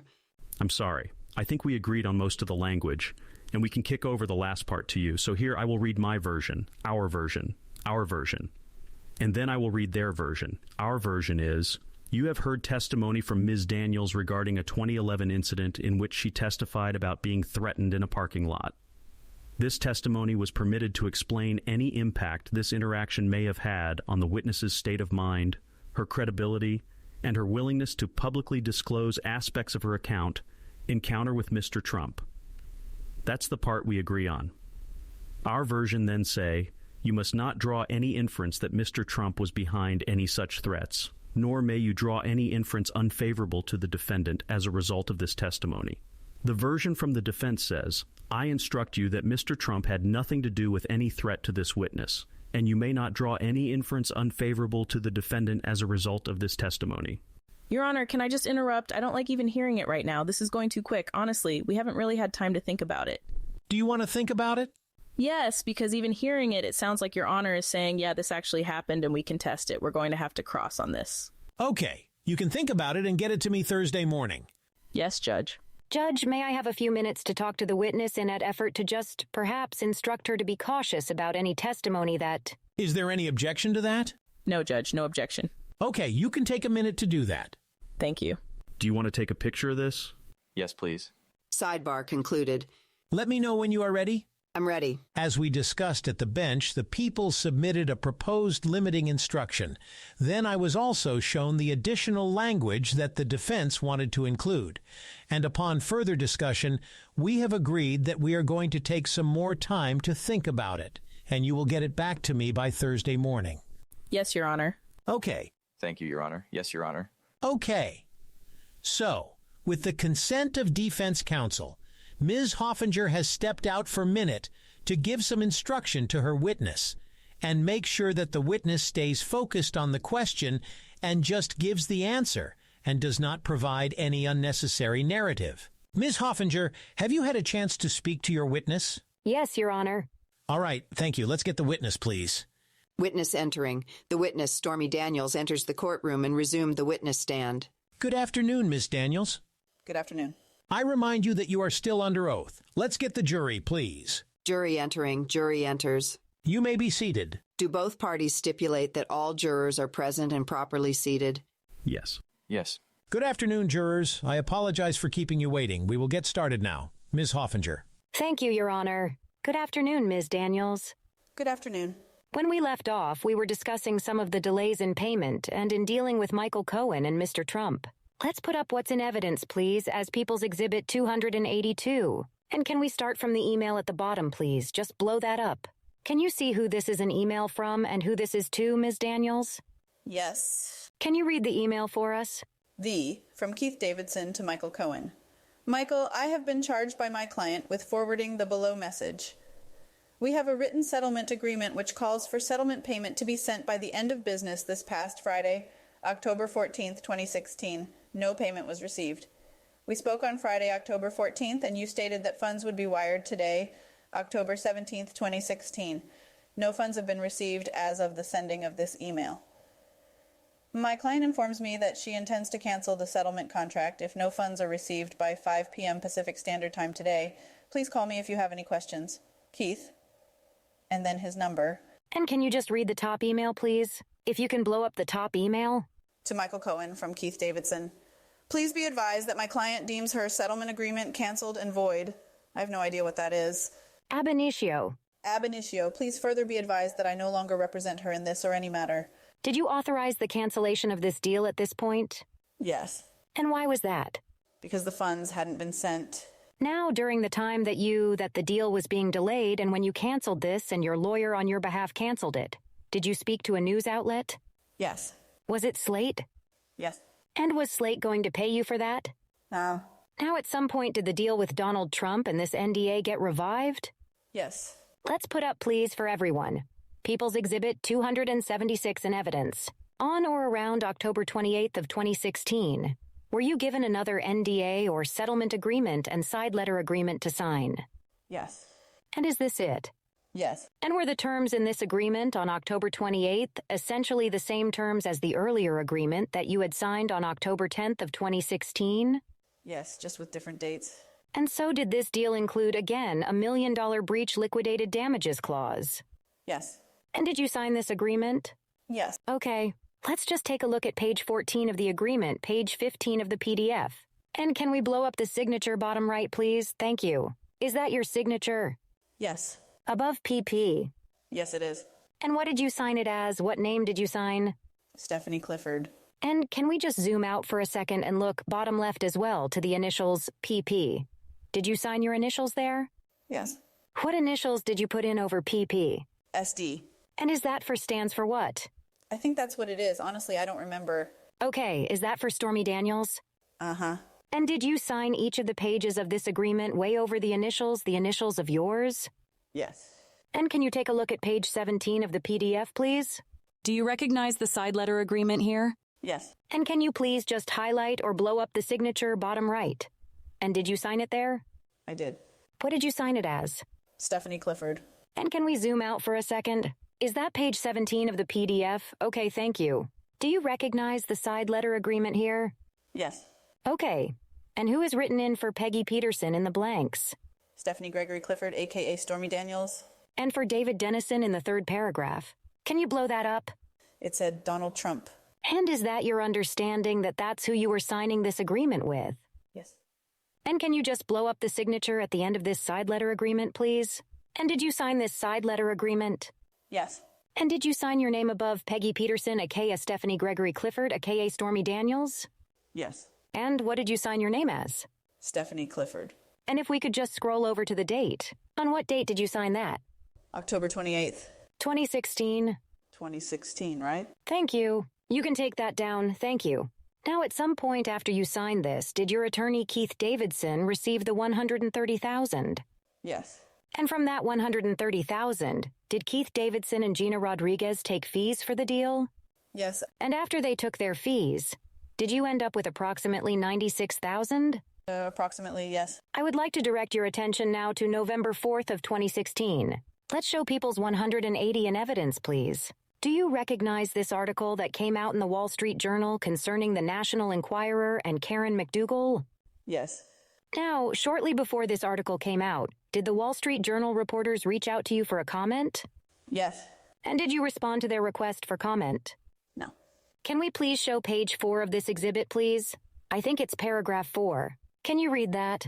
An ABC spokesperson declined to comment on Ms. McDougal or Ms. Clifford. Actually, I think it's a different line. Maybe we could blow it up. Oh. One moment. Do you see the last 2 sentences? The last sentence? Yes. All right. Do you see that it says, Ms. Clifford cut off contact with the network without telling her story? She didn't respond to requests for comment. Correct. Did that confirm the fact that you declined for comment? Yes. And why didn't you comment for this article? Because I had an NDA. And you were respecting the terms of that NDA? Yes. And was Mr. Trump elected president approximately 4 days after this article came out on November 8th, 2016? Yes. You can take that down. Thank you. So let me ask you in 2017 briefly, what was your life like in 2016-17? Probably my best year ever.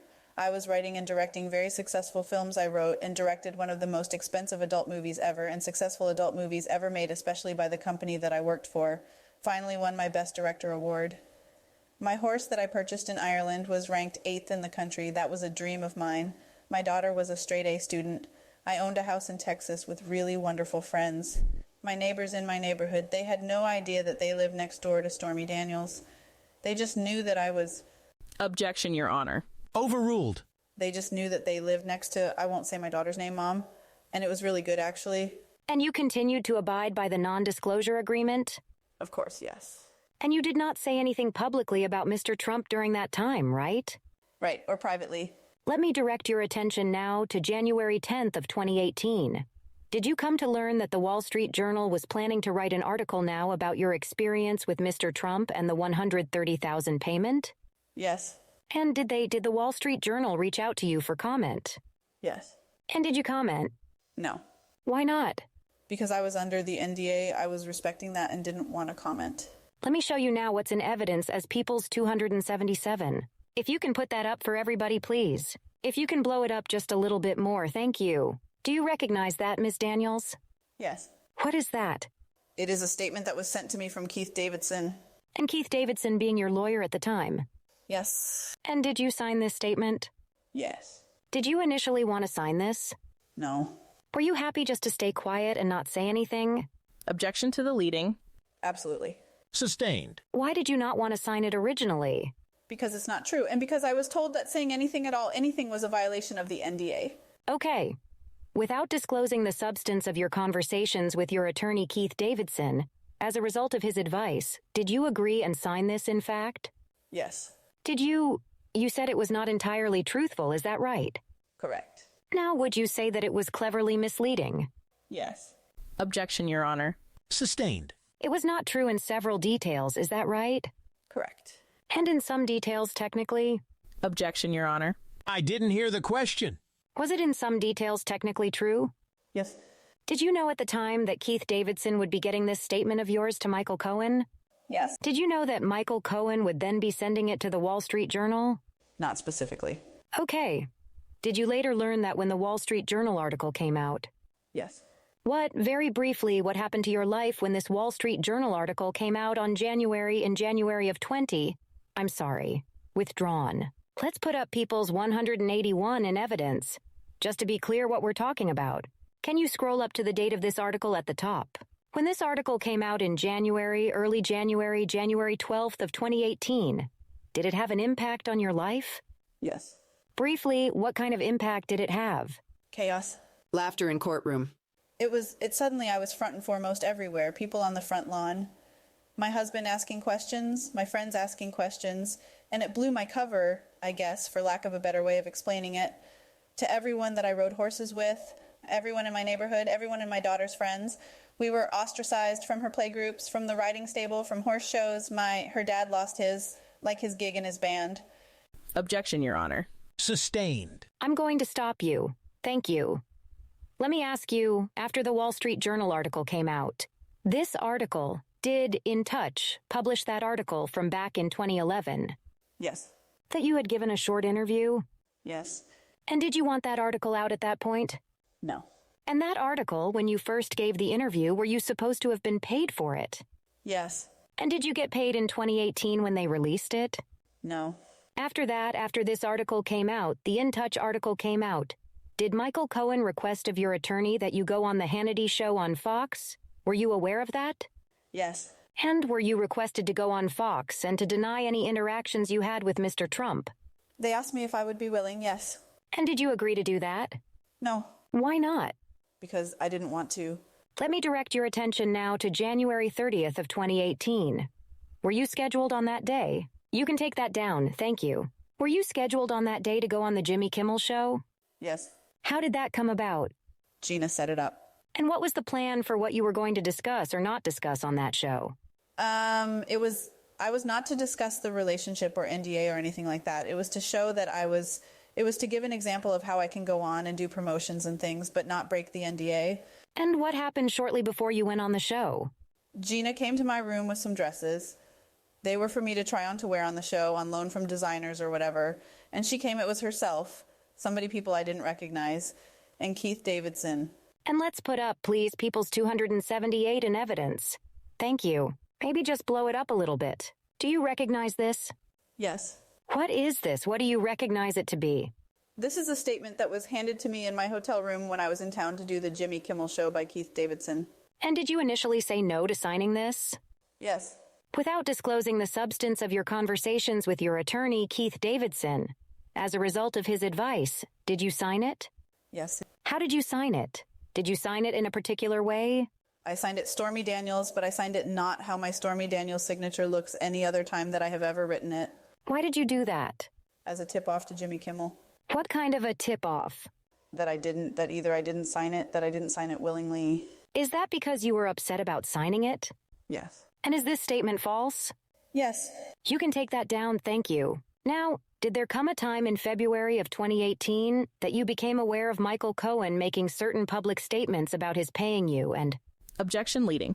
Sustained. What, if anything, did you become aware of in February of 2018 in terms of public statements made by Micheal Cohen about these issues?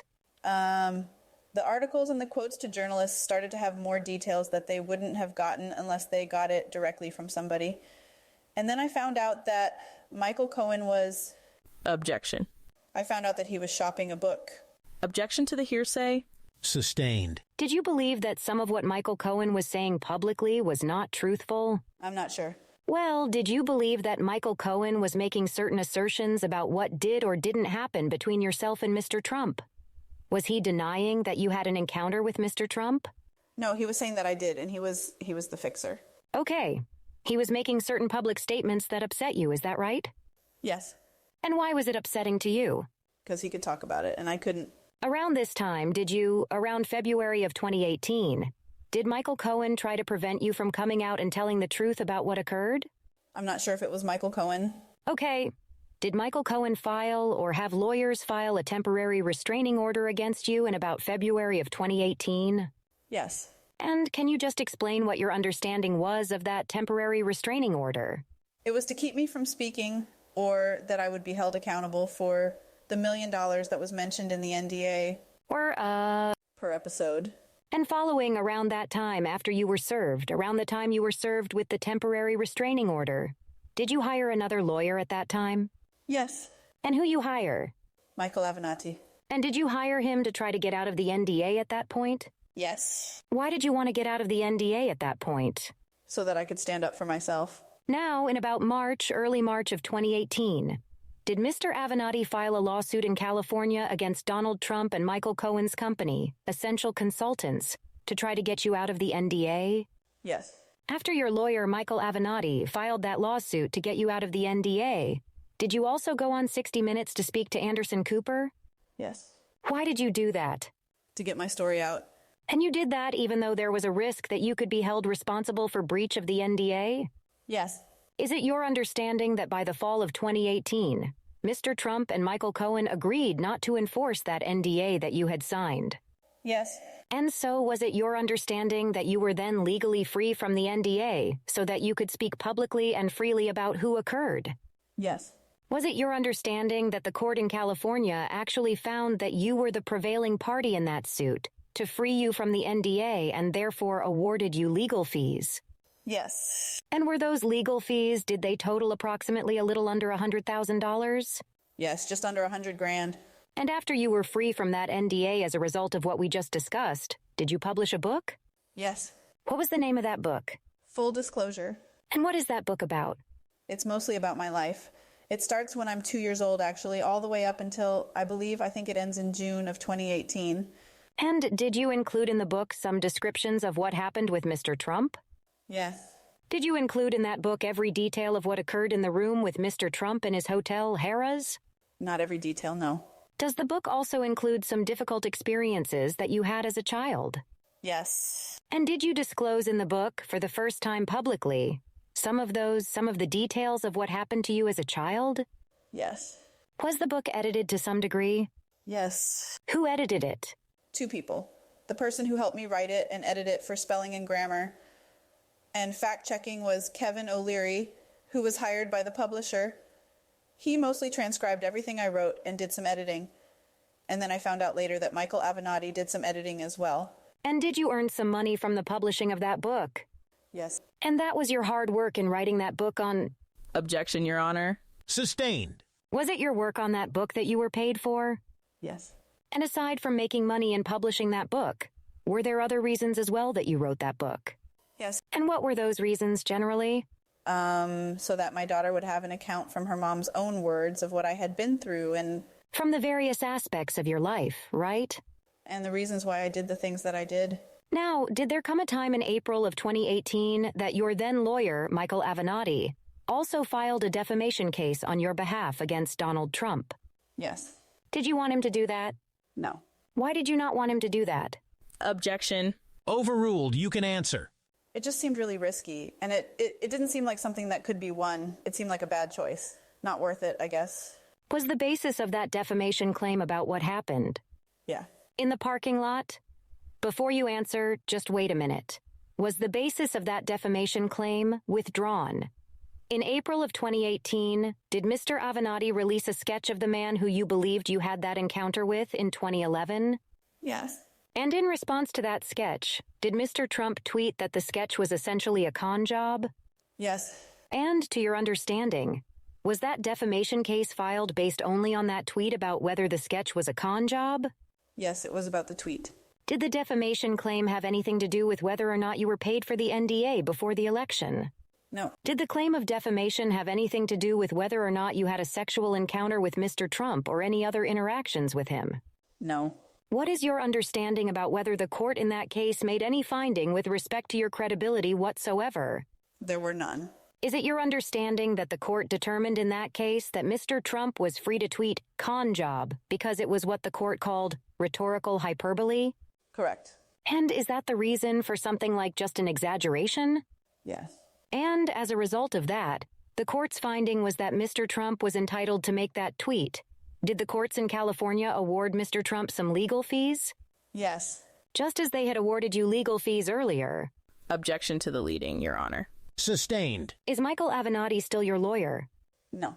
Why is he not still your lawyer? Objection, relevance. Overruled. You can answer. Because I fired him, and then later he was found guilty of stealing from not just myself, but from several clients, and he was disbarred and is in prison. Was he found guilty in the criminal case in which you testified? Yes. And were you cross-examined in that case? Yes. And the result was that he was found guilty? Objection, Your Honor. Sustained.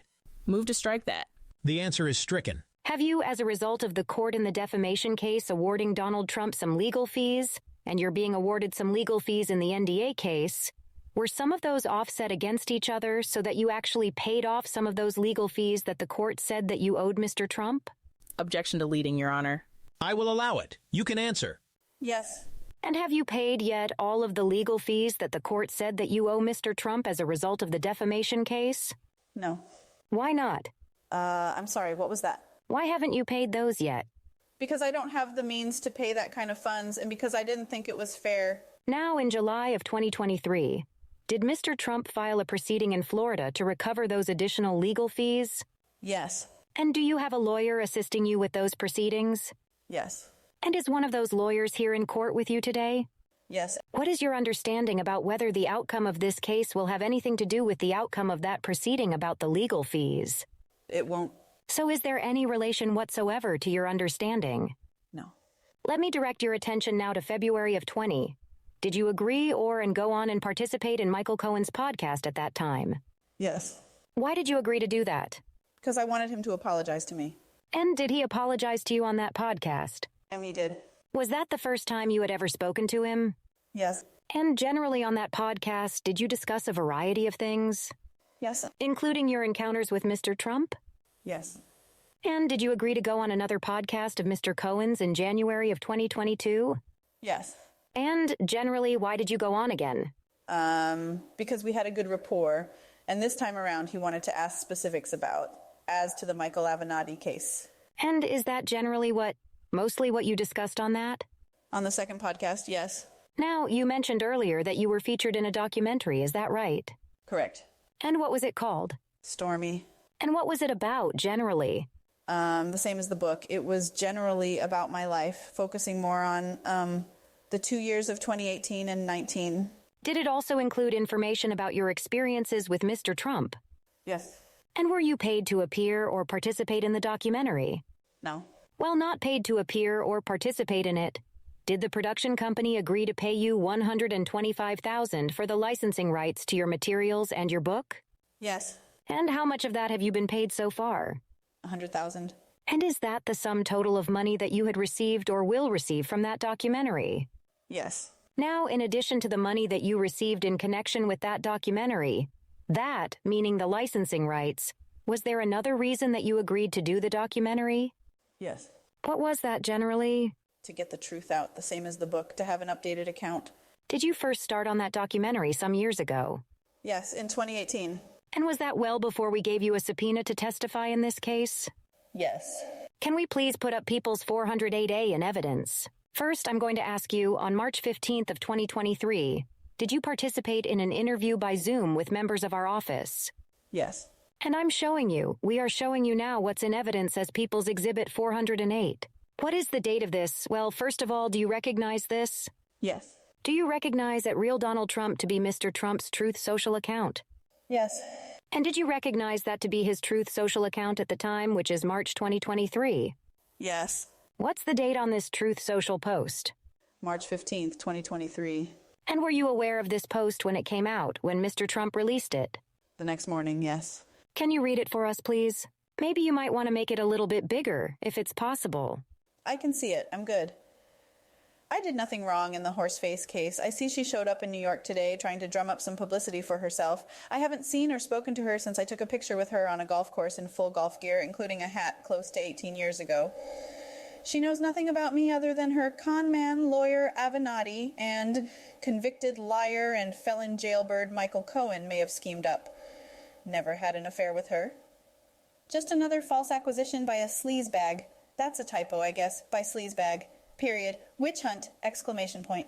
Who did you understand Mr. Trump to be referring to as horseface and sleazebag in this post? Me. Had he called you horseface publicly before? Yes. And has he also called you sleazebag publicly before?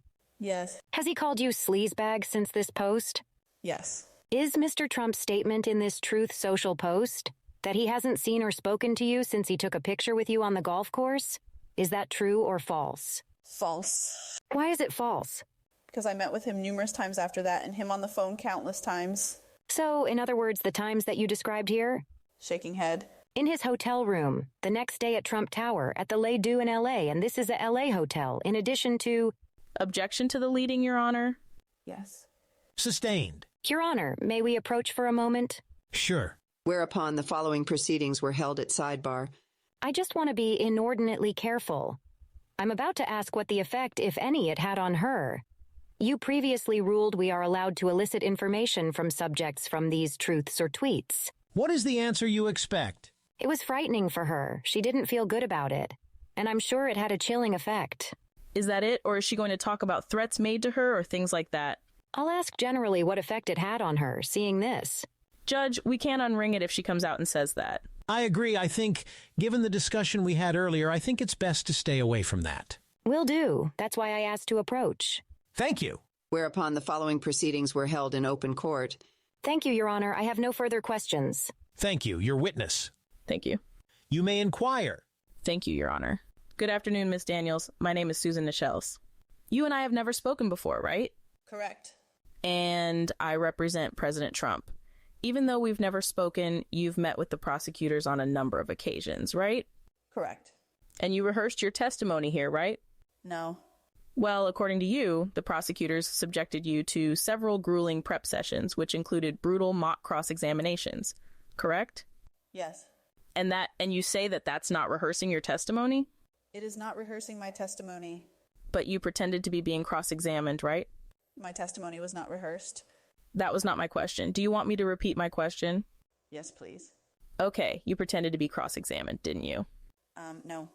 Well, when you said that just now, you agreed that you were subjected to grueling prep sessions, which included brutal mock cross-examination. Mock cross-examination means that they had someone who pretended to be cross-examining you, right? Objection, Your Honor. Overruled. You can answer. There were a lot of parts. Which part would you like me to answer first? Okay, is it correct that you had mock cross-examination done? I was asked questions as they would perhaps be asked by the court. But you said on a previous occasion that you had mock cross-examination done to you. I used the wrong word. Mock is not the correct term now that I'm in court. So when you said that before, you were not being truthful? I was incorrect. I did not know what true court would be like. But they asked you questions as if you were being cross-examined, right? Not exactly, no. And you said brutal sessions, right? Grueling sessions, right? True. And they were pushing you, right? The memories were hard to bring up. Yes, they were painful. And they wanted to make sure that when you came into court, you were able to present a good appearance, right? That I wouldn't be too upset. And that you would be ready for cross-exam, right? No, I don't think so. Okay, so when you said mock cross-examinations, it wasn't to get you ready for cross-exam. No response. Right? Is that what you're saying? It was to have all of the facts. They wanted to ask, to have as much information as possible. And the prosecutors began your direct testimony today by asking you why you started acting in pornography, right? Do you remember that happening this morning? They asked me why? Yes. I don't think they asked me why. Well, do you recall testifying that you started acting in pornography because you wanted to make more money, right? Correct. And it's that simple. You wanted more money, right? Don't we all want to make more money in our jobs? And that is why you started acting in pornography, right? To get a pay increase from my dancing, yes. That motivates you a lot in life, making more money, right? Well, it is the United. That's what we do here. Am I correct that you hate President Trump? Yes. And you want him to go to jail, right? I want him to be held accountable. You want him to go to jail, am I correct? If he is found guilty, absolutely. And you tweeted in the past that, I won't walk, I'll dance down the street when he's selected to go to jail, correct? Can you show me that's exactly what I said? That's not... Can we please pull up J2 right now, only for the witness and the parties, please? Is that your tweet? Laughs. Did you just laugh? Selected is in quotes because I am quoting something that someone else said, because I knew that you don't get selected to go to jail. You just laughed about that, right? Objection. It is a typo. Overruled. That's why it is funny. You don't get selected to go to jail. It's not because you think this is all funny. No, absolutely not. When you say so. And that, in fact, is what you tweeted, right? Yes, I'm quoting another tweet. You are quoting the word selected, right? Correct. And everything else is your words, right? Correct. Your words, I won't walk, I'll dance down the street when he's, quote, selected, end quote, to go to jail. Correct. And part of the reason you hate him is because he won a legal case against you and you owe him today over $500,000, right? He didn't win the case. He won attorney's fees because I was not allowed to go to trial. Court. Sorry. You're suing him for defamation, right? Yes. But your lawsuit was dismissed by the federal court in California, right? Right. So it was not lost. It was dismissed. It was dismissed. That means he won the case, right?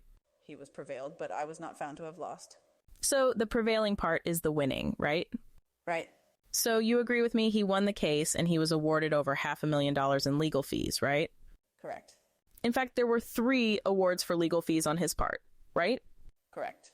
First, on December 11th, 2018, you were ordered to pay $293,052.33, correct? I'm not sure of the exact dates. Can I show you what's being marked Exhibit J4? Okay. If you look in the top, you see... I see it. You recognize that to be the order, correct? Yes, ma'am. I just wasn't sure of the exact date.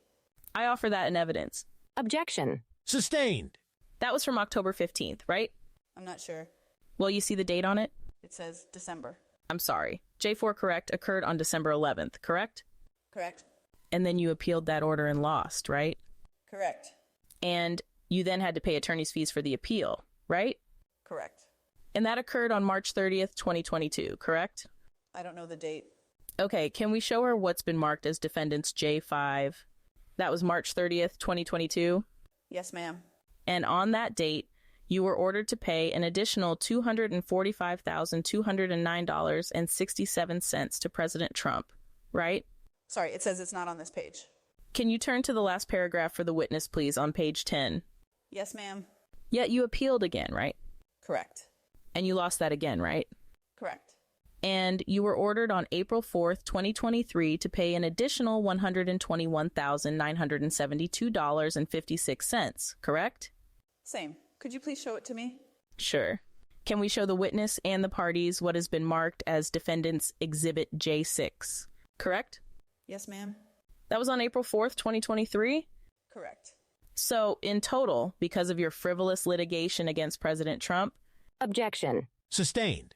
Because of your cases that you brought that were dismissed against President Trump, courts have awarded President Trump over $660,000 in attorney's fees, correct? Roughly, yes. And then you testified that was set aside by offset by about $100,000 in attorney's fees? Yes. In a different case. Witness nods, yes. So, the total amount in attorney's fees alone was approximately $560,000 that you owe to President Trump, right? About. And that's before interest, right? I would assume, yes. And California, you know, has 10% annual on this, right? I did not know. And some of these have been pending since 2018? Correct.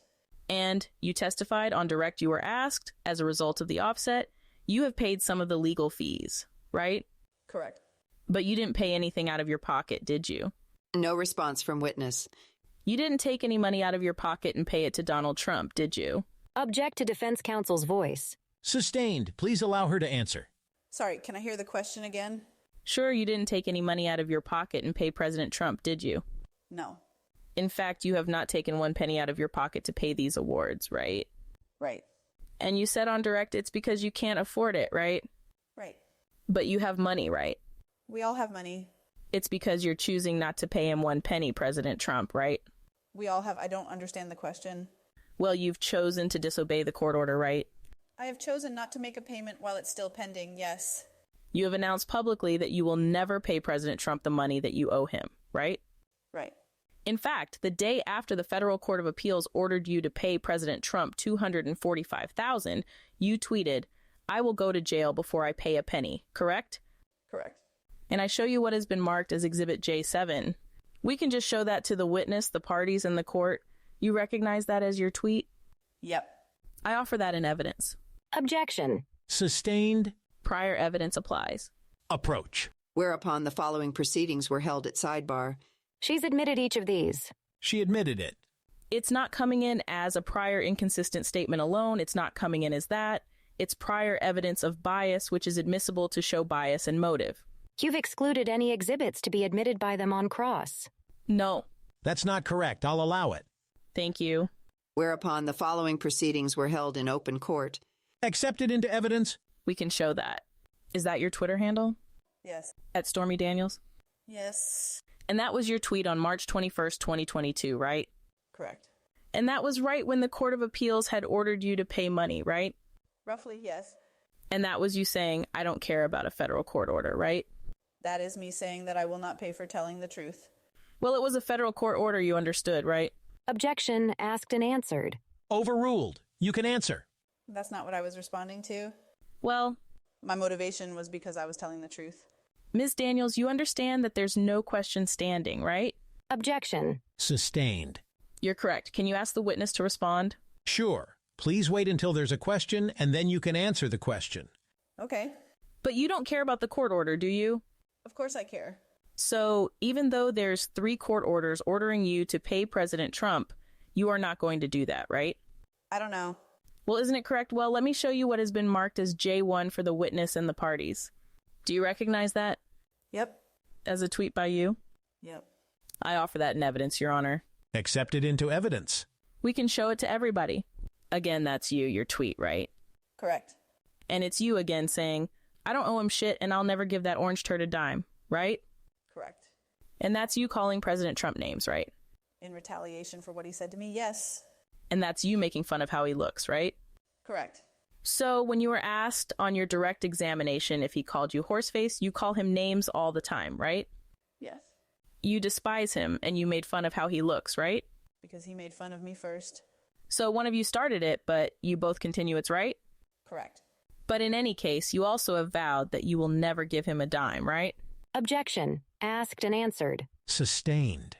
To be clear, at the time that you made this tweet, there were already 3 federal court orders. Objection. Or 2 ordering you to pay money, right?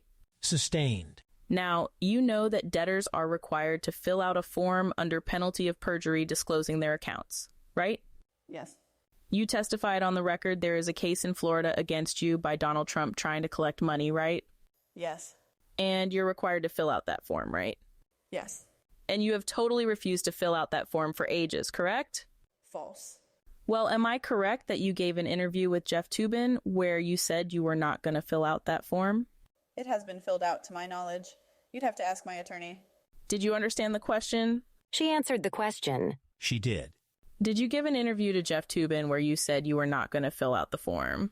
I didn't. Why don't you start again? Thank you. Do you recall giving an interview to Jeff Toobin where you said you would not fill out that form? Yes.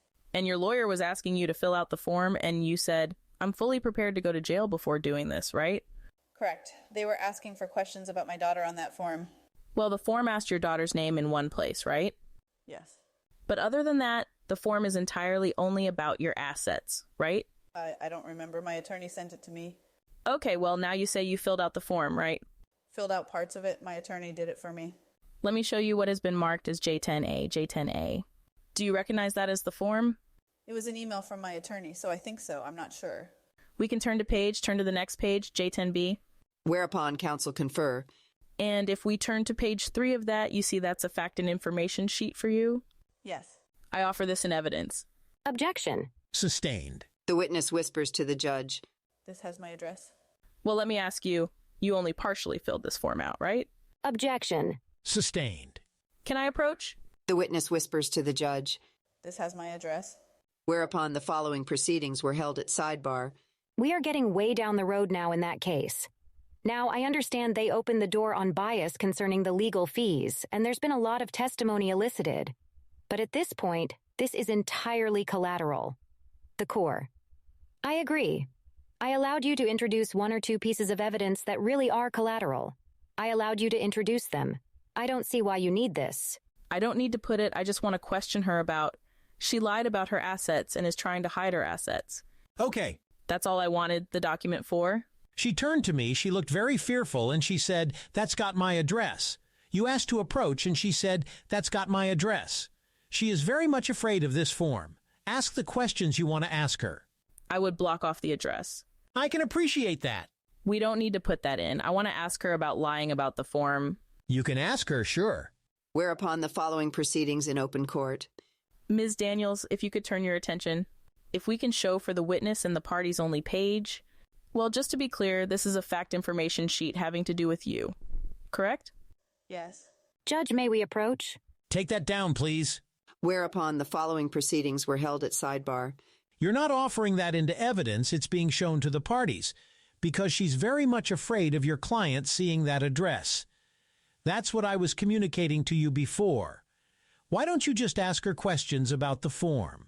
I was going to turn to a different page. I wanted to ask her and wanted to see. She says she has no money in her bank account. Why don't you ask her first? This is an unsigned form. I don't know what we're asking about. There is no signature on this form. She's not entitled to ask her about a form that's got information that is not signed by anybody. Has this form been filed? Her lawyer sent it to President Trump's lawyer. You can look at it. It got filed with the court? It doesn't get filed, is my understanding. It's not signed. Can I see the form? Yes. It's entirely unsigned. This is the entire form? Yes, at least that's the entire form I received. Whereupon the court reviews the documents. Where is it signed? It's not signed. It's not signed. I was going to ask her. She's been delaying. She won't fill out the form for 3 years, 4 years. She just said, no, I had it filled out. That was her testimony. Here's what we can do. You can hand it to her instead of putting it up. You can just ask her questions. And you can redirect and ask her if this form is signed or not. Her lawyer sent it to Donald Trump's lawyer. I understand her concerns. That's why you can question her. It's a concern he'll know her address. It was sent to her. I am not going to get into this discussion. You can hand this up to the witness. Whereupon the following proceedings were held in open court. Are you handing that up to the witness? Yes, thank you, Your Honor. I'm handing you up what has been marked as Defense J10. That's the document we've been talking about, right? Yes. That's the document you said you testified that you had filled out, right? Objection. I don't believe that was the testimony. Sustained. You said it was no longer true that you were refusing to fill out this form, right? Yes. So this form has been partially filled out, right? Correct. And if we turn to page 3, it asks about your spouse's income, right? Yes. And you say that's unknown, right? Objection. Reading from a document. I'm sorry. Objection. What's the objection? It's not an evidence. Sustained. Well, when you filled out this form, you did not give your spouse's income, right? I won't fill out information that endangers me or my daughter, no matter what. I'm asking about your spouse's income, right? Right. And you did not fill out your spouse's income. Right. It asks about what cars you own or are buying. Objection. Sustained. You also refused to give that information, right? That's... Whereupon the witness reviews the document. Oh, actually, that was on there. So, yeah. And you said you have no bank accounts, right? Objection. That was not the testimony. Why don't you just ask her, does she have bank accounts? Do you have bank accounts? Yes. Did you tell that on the form that required to fill out disclosing that information? I didn't fill out this form. You didn't fill it out. You're still refusing to provide that information, aren't you? Objection. Sustained. Well, have you provided the information you're required under law to provide so that President Trump can collect on the judgments from you? Objection, Your Honor. Sustained. And you refuse to sign the form as well, right? Objection. Overruled. You can answer. I have not filled out. I haven't been given the form to sign. It went to my attorney. He has not returned it to me to sign. Didn't you testify a few minutes ago it came to your email? From my attorney, he has not filled it out. And now you, in fact, own a home, don't you? No, I do not. Well, isn't it a fact that in 2022, you tweeted that you had earned so much money from making pornography that you had just paid for your new ranch home? I did tweet that, but I didn't own a home, and I do not own a home. So when you tweeted that, that was false? We did not end up buying that house.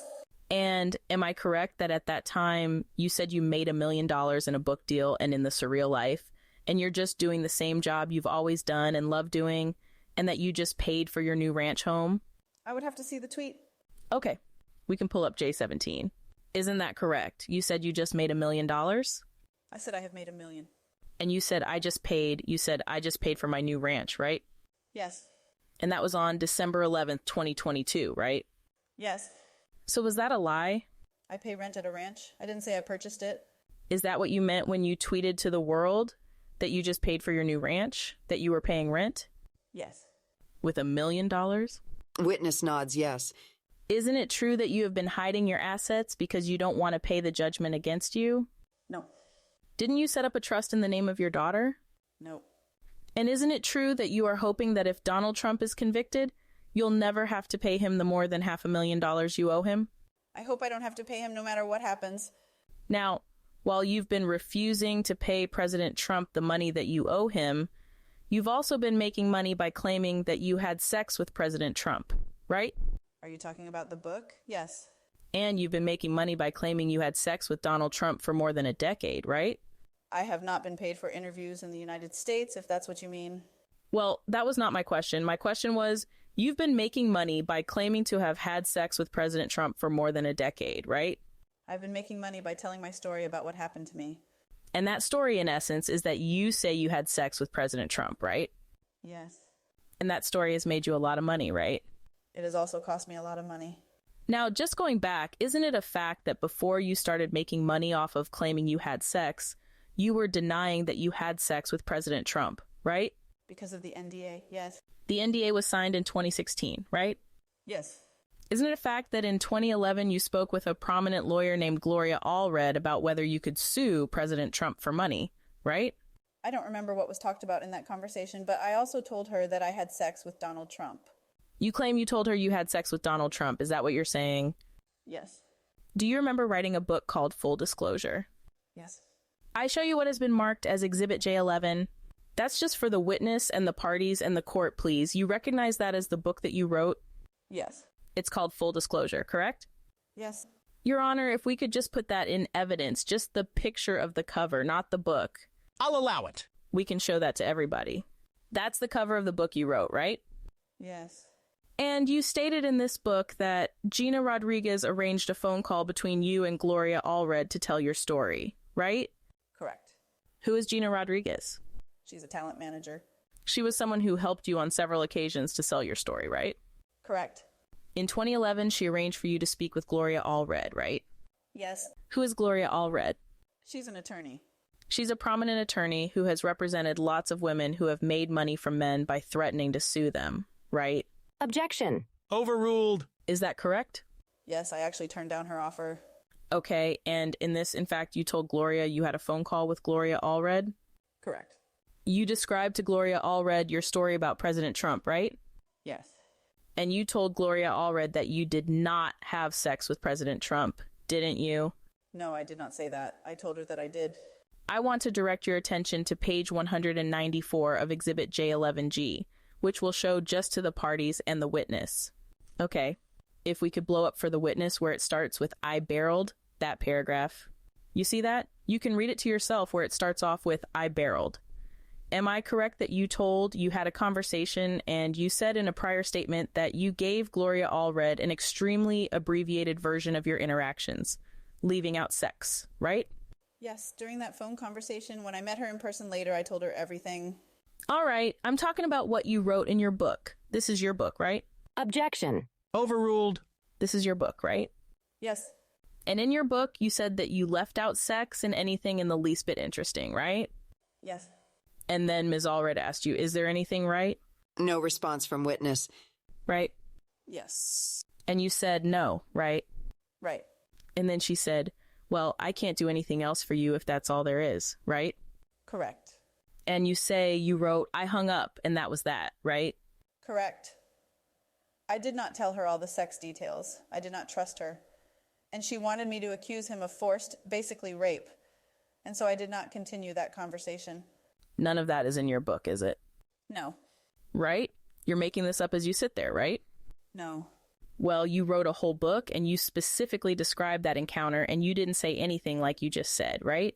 Which is why I said it's an abbreviated version of my interaction, leaving out the sex part. I'm pretty sure that backs up my story. You said it's an abbreviated version of your interaction with Donald Trump, right? Abbreviated means I left out all of the details, including the sex, because she wanted to force me into saying things that were not true. Meaning you didn't tell Gloria Allred anything about sex, right? Objection. Sustained. You learned from that, did you not, that a story about President Trump that doesn't include sex will make you no money, right? It taught me that I should tell the truth and not trust people that I didn't feel like I could trust, and she was one of them. In other words, it taught you that if you want to make money off of President Trump, you better talk about sex, right? No, although that does seem to be the case, exactly. So the next time you tried to sell your story about President Trump, you did in fact change your story and say you had sex, right? I don't know what time you're talking about. Well, in 2011, you tried to sell In Touch magazine a story about you having sex with President Trump, right? The first time I told the story about having sex with Donald Trump was in 2007. So there wasn't a next time. Well, your conversation with Gloria Allred was in 2011, right? Right. It was in the fall of 2011. In Touch was in the spring of 2011. When was your baby born? What was that? When was your baby born? Objection. Overruled. Just tell us the year. 2010. And when you described that interaction with Gloria Allred in your book, you said it was right after the baby was born, right? She was an infant. And in fact, your conversation, you had a series of phone conversations with a reporter named Jordy McGraw from In Touch magazine, right? Right. And she taped your conversations, right? I don't know. And later, a transcript of it was published, right? It was published. I don't know if she records the conversation or not, or if she takes notes. In 2011, when you had those conversations, you were trying to sell your story correct about President Trump, right? Which conversation? Well, the conversations you had with this reporter from In Touch magazine, right? Yes. And you thought you were offered $15,000 to be paid when the story ran, right? Correct. And am I correct that then Micheal Cohen threatened to sue the magazine if the story would run? That's what I was told. At the same time? I don't know. At the same time, you told In Touch magazine that you had sex with President Trump. You had your lawyer, Keith Davidson, tell thedirty.com that you never had sex with Donald Trump, right? I had him send them a notice to take down what they had written. And you denied having had sex with President Trump, right? Right, because I was afraid. Well, on the one hand, you're telling the story to In Touch magazine that you did have sex, and at the same time, you are telling E! Magazine or thedirty.com that you never had sex with him, right? It was not the same time. The dirty came after I was threatened in a parking lot. You sure? No response from the witness. You sure about that? Yeah, they ran it a couple of times, I think. I'm not sure. It was not until I was afraid. And am I correct that you made a statement in 2011 to E! Online where you said that to E! News that the story about you having sex, in your words, was bullshit? I never gave a statement to E! I was asked what I thought about all of this stuff, and I said I thought it was bullshit. Well, you said the story was bullshit, right? Yes, but I did not refer to the act. The fact that there was a story and they were trying to publicize it and put it on all these gossip sites was and still is bullshit. So you're saying now that was not a denial? No. You're saying it was bullshit that it's going to be reported. Is that what you're saying? Yes. And that's at the same time you're trying to make $15,000 off of this story? No response from witness. Is that correct? Yes. And isn't it a fact that what you said depended on who would pay you money? No. Well, one place you say I didn't have sex. The other place you say I did have sex. And it depends on who's paying money, right? Objection, Your Honor. Overruled. False. I did 60 Minutes with Anderson Cooper and they gave me 0. We'll get back to that. I'm back in 2011, right? You understand that, right? Yes. And Anderson Cooper is in 2018, right? Yes. So in 2011, I'll repeat my question. One place won't pay you money. You say you didn't have sex with President Trump. Another place that's offering you $15,000. You gave an extensive interview saying you did have sex with President Trump. It was a 15-minute interview, and it was the only one I did, and I turned down all of the other ones for money. But the answer to my question is yes, isn't it? No, it's not. And when you say it was a 15-minute interview, it was a 22-page article, wasn't it? Yes. And that's 22 pages of transcript, right? I don't know. And you're a fast speaker, but you think you speak that fast, that you could generate 22 pages of transcript in 15 minutes? Objection. Sustained. I don't know. And you, in fact, never received that $15,000? Correct. That was because, as you said, President Trump said your story was false and Micheal Cohen threatened to sue, right? I don't know the exact reason why. It did not run. I know that. And you claim that in 2011, after you sold your story to In Touch, you were approached by a man in a car. By what? A man in a car. Yes. And according to you, this man threatened you and your infant daughter? Correct. He threatened your lives, you said? He implied it, yes. In 2011, when this supposedly happened, you didn't tell anybody about this supposed threat to yourself and your baby daughter? I told my close friends. Well, according to you, that threat happened while you were on the way to exercise class? Correct. And right after it supposedly happened, you say you actually went to that exercise class? I didn't go to the class. I went to the restroom in the class. You went to the restroom. After that, you went to the class, right? No, I did not return to exercise class. I waited until they were done with the class. But you not tell anybody at that class? You didn't tell your instructor that you had just supposedly been threatened? No, I lied to her and told her that my baby had a blowout in her diaper. That is why I was crying in the bathroom. You didn't tell anybody else in the class about it? No, they left before I came out of the bathroom anyway. You never before this instance said you were crying about it, did you? That was the first time you ever said that? No, it's not. 1 minute. Isn't it true that you wrote about this in your book, right? Yes. And you said that you went right to the bathroom and you must have looked crazy because the instructor yelled after you, "Are you okay?" Right? Correct. You said you responded, "She had a blowout, I'll be there in a minute." I was afraid to tell anyone. I was alone in the bathroom. I held my baby close instinctively, covering her head as I stared at myself in the mirror. You were shaking still, but less now, correct? Correct. You didn't say I was lying and the instructor saw me crying, did you? Yes, I did. I said she had a blowout. That is a lie. That is not telling the truth. Then, in fact, in the same book, you said that I went and did the class, told no one what happened in the parking lot, right? Yes, I went to the class afterwards. Everybody was gone. Told my instructor that she had an accident, and that was it. When you wrote, "I went and did the class," you didn't mean to say, "I did the exercise class"? It was incorrect. I did not do the class. So you wrote a book saying that you did the class, and now you are saying you didn't do the class. I did not do the class. There is no way I could have possibly done exercises as scared as I was. In any case, you didn't tell anybody in the class about it, right? No, but I wasn't close with those women anyway. You didn't call the police, did you? No. You didn't even tell your husband, who was the father of the child who you claim was threatened, right? Correct. The first time you publicly told this story that was about a supposed threat to your life was in 2018, right? I don't remember. Well, it was on the Anderson Cooper show, wasn't it? Publicly in like an interview? Yes, yes. I know I had told it before that because a colleague told it in an interview she did about me. She was the only person that I called that day or the next day after it happened. At the time, though, in your book, you said you told no one, right? Yes. Now you claim you told a colleague? Afterwards, not that day. But you wrote you told nobody about this story? Which I said in the book, as you just read, I told nobody about it that day or the days that followed.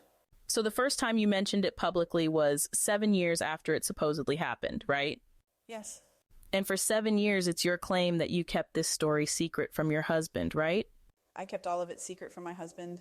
Your daughter's life was in jeopardy and you did not tell her father, right? Right. But when you went on Anderson Cooper and were interviewed, you decided to announce it to the world, right? Correct. And the reason you told this story in 2018 is you were using it as an excuse for why you never publicly said before that you had had sex with President Trump, right? I don't understand what you are asking. Well, you used this supposed threat that happened to you as an excuse to tell people, this is why I didn't talk publicly. I was afraid, right? But I did talk publicly. Well, when did you give a public interview before 2011, before 2018? I talked publicly on the speakerphone on set multiple times. On a radio show in 2007, I told the story. Okay, Miss Daniels, I am asking about an interview, not what you supposedly told friends. An interview on the radio show. That was an interview. When was that? In 2007. What show was that? A radio show in Tampa. And you didn't say the person's name, did you? Yes, I did. Are you sure? I wrote it down on a piece of paper and it is shown in the video. That is what you claim now you said then, but what occurred is... Objection. Overruled. What occurred is, obviously, you were asked 4 famous people you slept with. Yes. And you wrote down 3 people's names. I don't remember how many names I wrote down. It might have been 3 or maybe 4. It was never made public. Correct. What is you claim the public story that you claim you told before? I mentioned Lake Tahoe in the hotel room, and that is pretty obvious. It is about Donald Trump. In 2018, when you went on TV, you said with Anderson Cooper, you never told the story publicly before because I was threatened? Correct. And you blame that on Micheal Cohen, right? No, I blamed it on the man in the garage. But you had said that you believed that Micheal Cohen was the one who sent that man in the garage? I did at the time. I was wrong. At the time, you hated Micheal Cohen? Absolutely. But now you and Micheal Cohen are buddies? I wouldn't say we are buddies. You went on his podcast a couple of times? To have him apologize, and he did. You hosted his podcast, right? No. You didn't take over his podcast and post it on your site? It was not his podcast. My podcast is called Beyond the Norm. His was called Mea Culpa. When you say you went on his podcast to have him apologize, you went on to talk about your story about supposedly having sex with President Trump? Correct.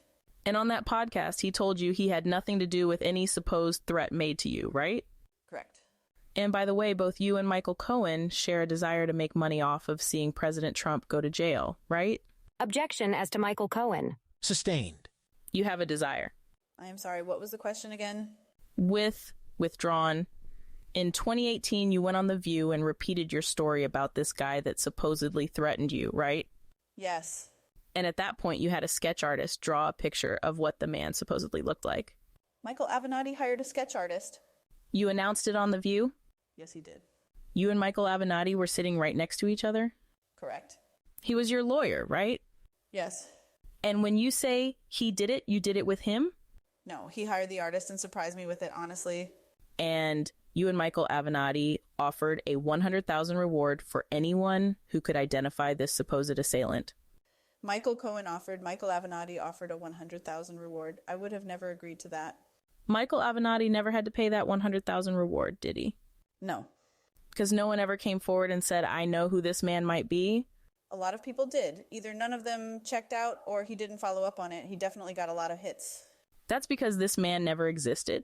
He absolutely existed. The whole story was made up. No, none of it was made. Can we take an afternoon break? Would you like to take a break? Yes. All jurors, let's take an afternoon break. You can all step out. Jury leaving courtroom. You may be seated. Witness leaving courtroom. Recess. Continued case on trial. I imagine we are going to continue on Thursday. How late are we going? If we have to continue to Thursday, we will stop at 4:30. Then I imagine there is some redirect. Yes, Your Honor. Witness entering. Let's get the jury. Jury entering courtroom. Case on trial continued. All are present and properly seated. Ms. Neschels. Before the break, just a few minutes ago, we talked about an online article. Do you recall that? Yes. And you said that you were quoted in there as saying that the story is bullshit, right? Yes. You said what you meant by that. You weren't denying that had you sex with him. You were discussing this as a bullshit thing to do, right? Yes. If we can show that. Do you remember saying to online that you vehemently deny the story about you and President Trump hooking up after Trump had played the golfing event and then meeting up multiple times after that? No, I do not remember that. If we could show the witness what has been marked as defendant's J42, turn to page 3 of that. Am I correct that you previously said that you vehemently denied the story about the two of you hooking up after Trump had played in a golfing event and vehemently denied meeting up multiple times after that? I did not give that statement. I never gave a statement directly to them at all. You're saying that this is not true. That's your testimony. I am saying that I did not give a statement denying the story. It says, Daniels herself told B, news that she is not commenting, but the story is bullshit. That is my one comment. So you're saying where the article says you vehemently deny this, the article is false. Is that what you were saying? Yes. Turning back to in 2011, you were denying to the dirty.com that you had sex with President Trump. I never spoke to the dirty.com. I couldn't have denied it. They put up a statement. I was asked if I wanted Keith Davidson to have it removed. I absolutely wanted to have it removed. I didn't confirm or deny anything to the dirty. I never spoke to them. Well, your lawyer did? He told them to take the story down. Whether he spoke to them directly or not, I don't know. All I know is he wanted it down and he took it down. Keith Davidson was your lawyer? He was Gina's lawyer. That is how I met him. She said, do you want me to have my attorney take it down? I said, yes. You asked him. You authorized him to deny that story was true and to get it taken down, right? No, I did not. I authorized him to have the story taken down. Now in 2016, you claim you have been threatened and you were afraid for your life, right? Yes. But at that point, and were you afraid for your life, you had been told, don't talk anymore about Trump, otherwise your life and your baby's life will be in danger, right? Correct. And so you decided, well, I'm going to sell my story, right? I didn't just decide that. I was given advice from someone to do so. You were given advice, according to you, that instead of staying quiet because your life was threatened, instead the best thing to do was to go out and sell your story, right? Yes, I was very different and a much braver person in 2016 than I was in 2011. Because Donald Trump was not just a guy on television, he was running for president. I was more afraid for my situation. The attorney told me, get high, stay light, get out in front where you are safe, hide in plain view. In 2011, your story wasn't worth much money? I don't know what it was worth. I turned down many offers. You turned down or tried to get $15,000, you couldn't get that? Correct. Now, in 2016, you say that you were afraid, but the story was worth a lot of money for you now, right? Correct. And you then had Gina Rodriguez go out and try to sell the story, right?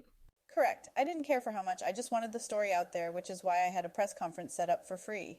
And you didn't give a free press conference, did you? I didn't have to. You were looking to extort money from President Trump, right? False.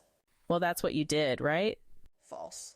And just when we're talking about your fear, the fear, your supposed fear that you supposedly felt is totally based on the supposed incident that took place in 2011 that you never told anybody about, right? I am really sorry. I can't always hear when you step away. I am so sorry. When you say this fear that you say you were under in 2016 is based on the supposed incident that supposedly took place 5 years earlier that you still hadn't told anybody publicly about, right? It was not a supposed incident. It was a true incident. I had told a lot of people. You hadn't told your husband, right? No. And then so because you had that fear, you decided to do exactly the opposite of what that person had told you do, right? Which person? That supposed guy who showed up in that parking lot? Correct. So you weren't really very scared, were you? I was terrified. I decided to change my tactic. It was a new ball game. There's a big difference between a reality TV star and someone running for office. The truth is, you saw your opportunity to make it known. You had Gina Rodriguez try to sell your story to the National Enquirer. I saw my opportunity to get the story out. I didn't put a price tag on it. That is why I did every interview for free. You didn't do any interviews for free at that point? Correct. And I want to show you what is in evidence as People's Exhibit 117A, which are texts between Gina Rodriguez and Dylan Howard of the National Enquirer. If we can put that up and turn to page 2, and if we can blow up the part that starts with Stormy Daniels, if we can go to the prior line, this is an evidence of text between Gina Rod, Dylan Howard. Do you see in the first box it is dated June 28th, 2016? Yes. And Gina, and you see where it says from 6? Yes. There is a redaction? Yes. Do you see that? I represent to you that is Rodriguez's email address that has been redacted out. Am I correct that she says Stormy Daniels in the next box? She says, I have her? I am going to object as asking this witness what someone else said. It's in evidence.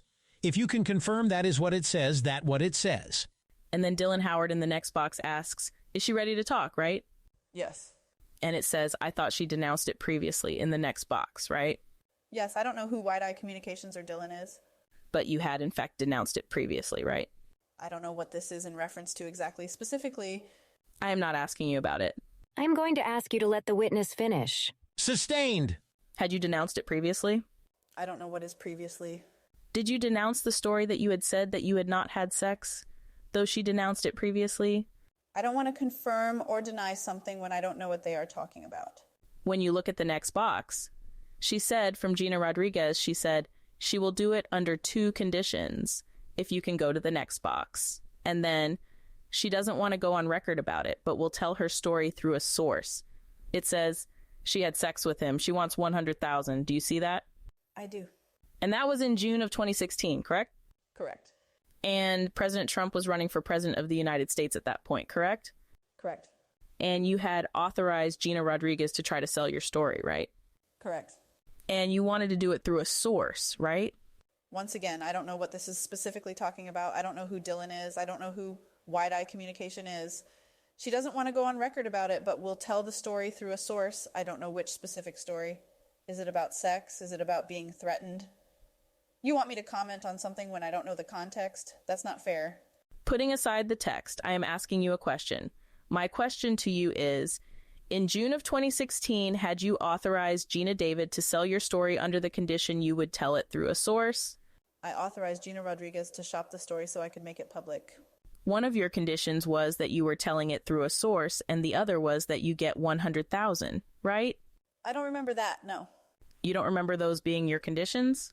No, because they were I had a press conference. Okay, but you didn't do the press conference? No, because Gina came back into the picture. I hadn't talked to her in a long time, so to be quite honest about the chance to get the story out and make some money, yes. You wanted to get some money? Get the story out and make some money. You wanted to do it anonymously, right? No. You said Gina Rodriguez's statement there was false? I don't know what she is referring to, so I'm not going to say her statement is false. Displayed. And turn to page 4. Look at the second box from the bottom, and you see it says on the top box, what happened with Stormy Daniels' interview on Trump? And then Dylan Howard responds, let's discuss this week. And Gina says, okay, she's asking. This is in July of 2016, correct?